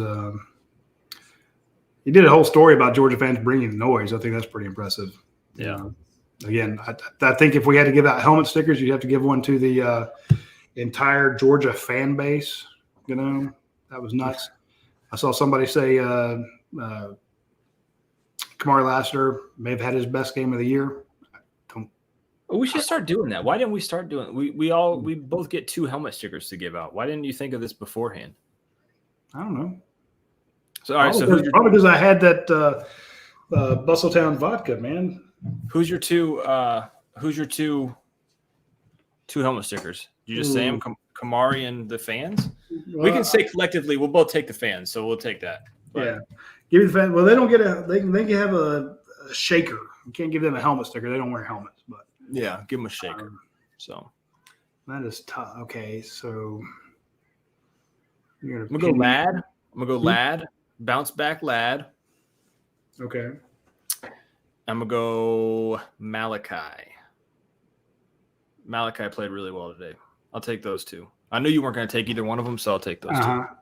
I'll go Javon Bullard. 2 sacks. Great pick. You know, and just everywhere he was at. There's one guy that we're going to both miss, though, just so you know that. And you can't – don't look at comments. I'm just going to say Jalen. What I have called up in front of me right now is the post-game news and notes injury from Dash. That's what I'm reading or looking over. But I'll have to go with Jalen Carter. Damn it. We were going to both miss him, I thought. Good play. Good pick.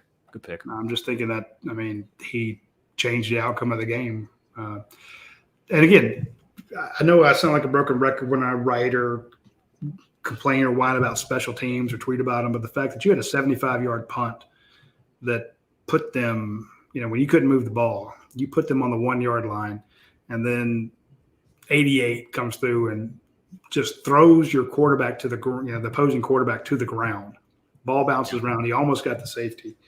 And then, you know, the next play, like you said, lad, the next Georgia play is a lad touchdown, kind of one and done. Just the momentum, the crowd. It would have been very easy for Tennessee to start taking the crowd out of it like they did at LSU.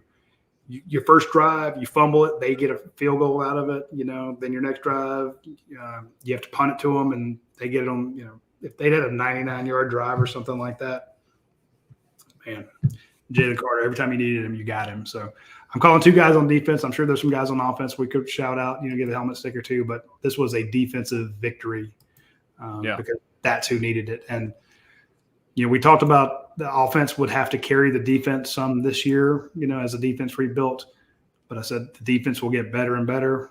Well, and God, could you imagine if Dolan Smith were still healthy and William Poole were still with the team and you still had Dan the Man Jackson?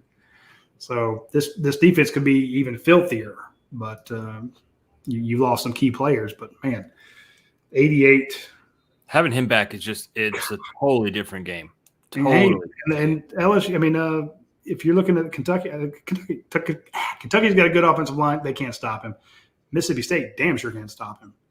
So I like where the team's going. So we both got Georgia in the playoffs. Georgia goes undefeated in the regular season. We don't expect either one of them to lose, even though they are trap games. You willing to go out there and say, yeah. What's the spread? We always do this. What's the spread next week? 27. Jeez, Roddy. They had 9 against Tennessee. 27 on the road at Miss State in a night game? Yep. Let me see. Hold on. Mississippi State. I just had them up. What's their – I'm sure they're killing Bama. Oh, my goodness. It's 24-19 against Auburn right now in the fourth quarter. Mississippi State's up. Okay, your 27 sounds a little bit more I'm going to go 23.5. Oh, my goodness. I thought we were going to get out of here. What? How did you tell I was going to put him on? I figured I'd get him smoking. Okay. All right, Paul. Look, I've given you guys a couple weeks. Okay, I haven't come on. I haven't done it. I've been playing the IL. I promise. I just no BS. Javon Bullard gets my game ball on defense. That kid played out of his mind. Those two corner blitzes that they just decided they didn't want to stop him on were just brilliant in the third quarter. I want to know from you guys. I want to know was the game slowed down by weather, or did Kirby just know that Tennessee couldn't score on Georgia, and he just decided to play bully ball? I'm late to the show. Well, we've kind of gone over that, but I don't think it was bully ball. Okay. I think it was, I mean, because there was no bullying really. There wasn't like except for that drive in the third quarter you had for 8 minutes. I guess that counts. But Roddy and I have different takes on this. Roddy, you can go ahead. Well, we have the right take, which is mine. Then we have whatever Paul came up with, whatever his bullshit. Yeah, I could agree with you, but we'd both be wrong, is what Roddy'd say. Yeah, right. Say the sky's blue, and he'd say we were wrong. Yeah, I tell you, I think this game came down to the fact that Georgia has been here before, and Tennessee wants to be where we're at, and that's fine. They can want all they want, but I found out, and I'm going to leave real quick because I got to go make more crab legs. It's 10:30 at night, bro. What? What? I have 4 pounds, dude. 4 pounds. It's 10:30 at night. How many pounds have you eaten? It's daylight savings time. It's only 9:30 right now, Paul. Come on. Hold on. Daylight savings time tonight? Yeah. Jesus, Paul. Is it really? Yes. Why you're always wrong. We're going to change the name of this POS to Paul is always wrong. Yeah. This will be the PAW show. It's the PAW show. Yeah. Paul, like dog Paul. See, this worked out even better. The dog paw show. Who's the dog Paul? What does Paul stand for? Paul's always wrong. Paul's always wrong. Hey, no, but seriously, and I want to everybody who didn't hit the like button, you're pathetic. If you just the best UGA content on the planet, period, 100%. Guys, join the thread. And I found out, I just learned this earlier, that a hooker is always better on their back at least 8 times a night. I'll see you guys. I knew I should have hit. Why did you do it? Why did you do it? Why did you? I was looking for the mute button, but I was too busy putting up low Elo Joe's comment there about the crab legs. You knew it, man. You knew it. Geez. So apparently 2 a.m. becomes 1 a.m. Okay. All right. It's got a Phenom.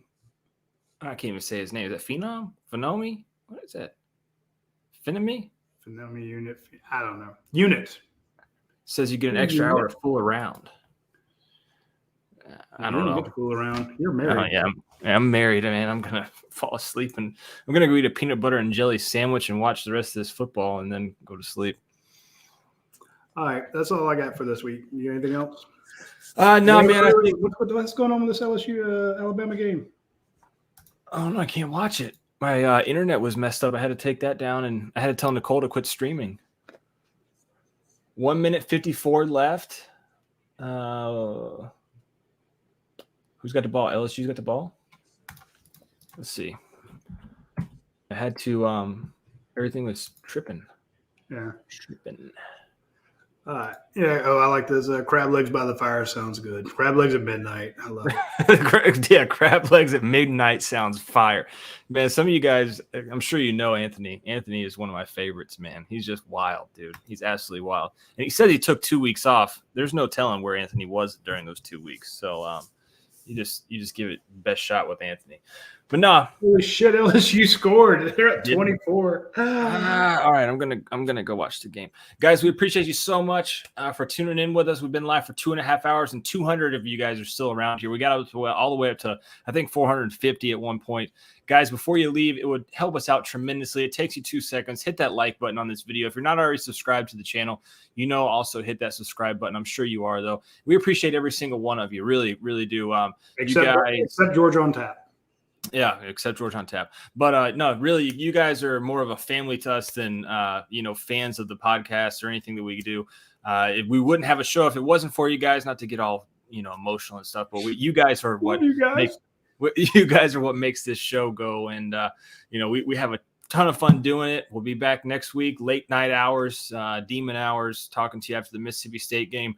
And like I said, we appreciate you guys so much. There's too many of you guys to name, and even females. Don't forget the females, Roddy. You can't call them all men, because I forgot who it was. Gotcha. And my coach was one. So no, God. Sure. Oh man, but no, guys, we really appreciate it, guys, and thank you so much. We'll see you next week. Paul is always wrong. The Paul Show. God, I hate it here, dude. I wish I could quit this, but I can't. No. All right, guys. Thank you so much for writing. I'm Paul Meharry. We'll see you next time on the POS, Georgia versus Mississippi State. PAW. I know. I almost said it. See you guys. You almost did.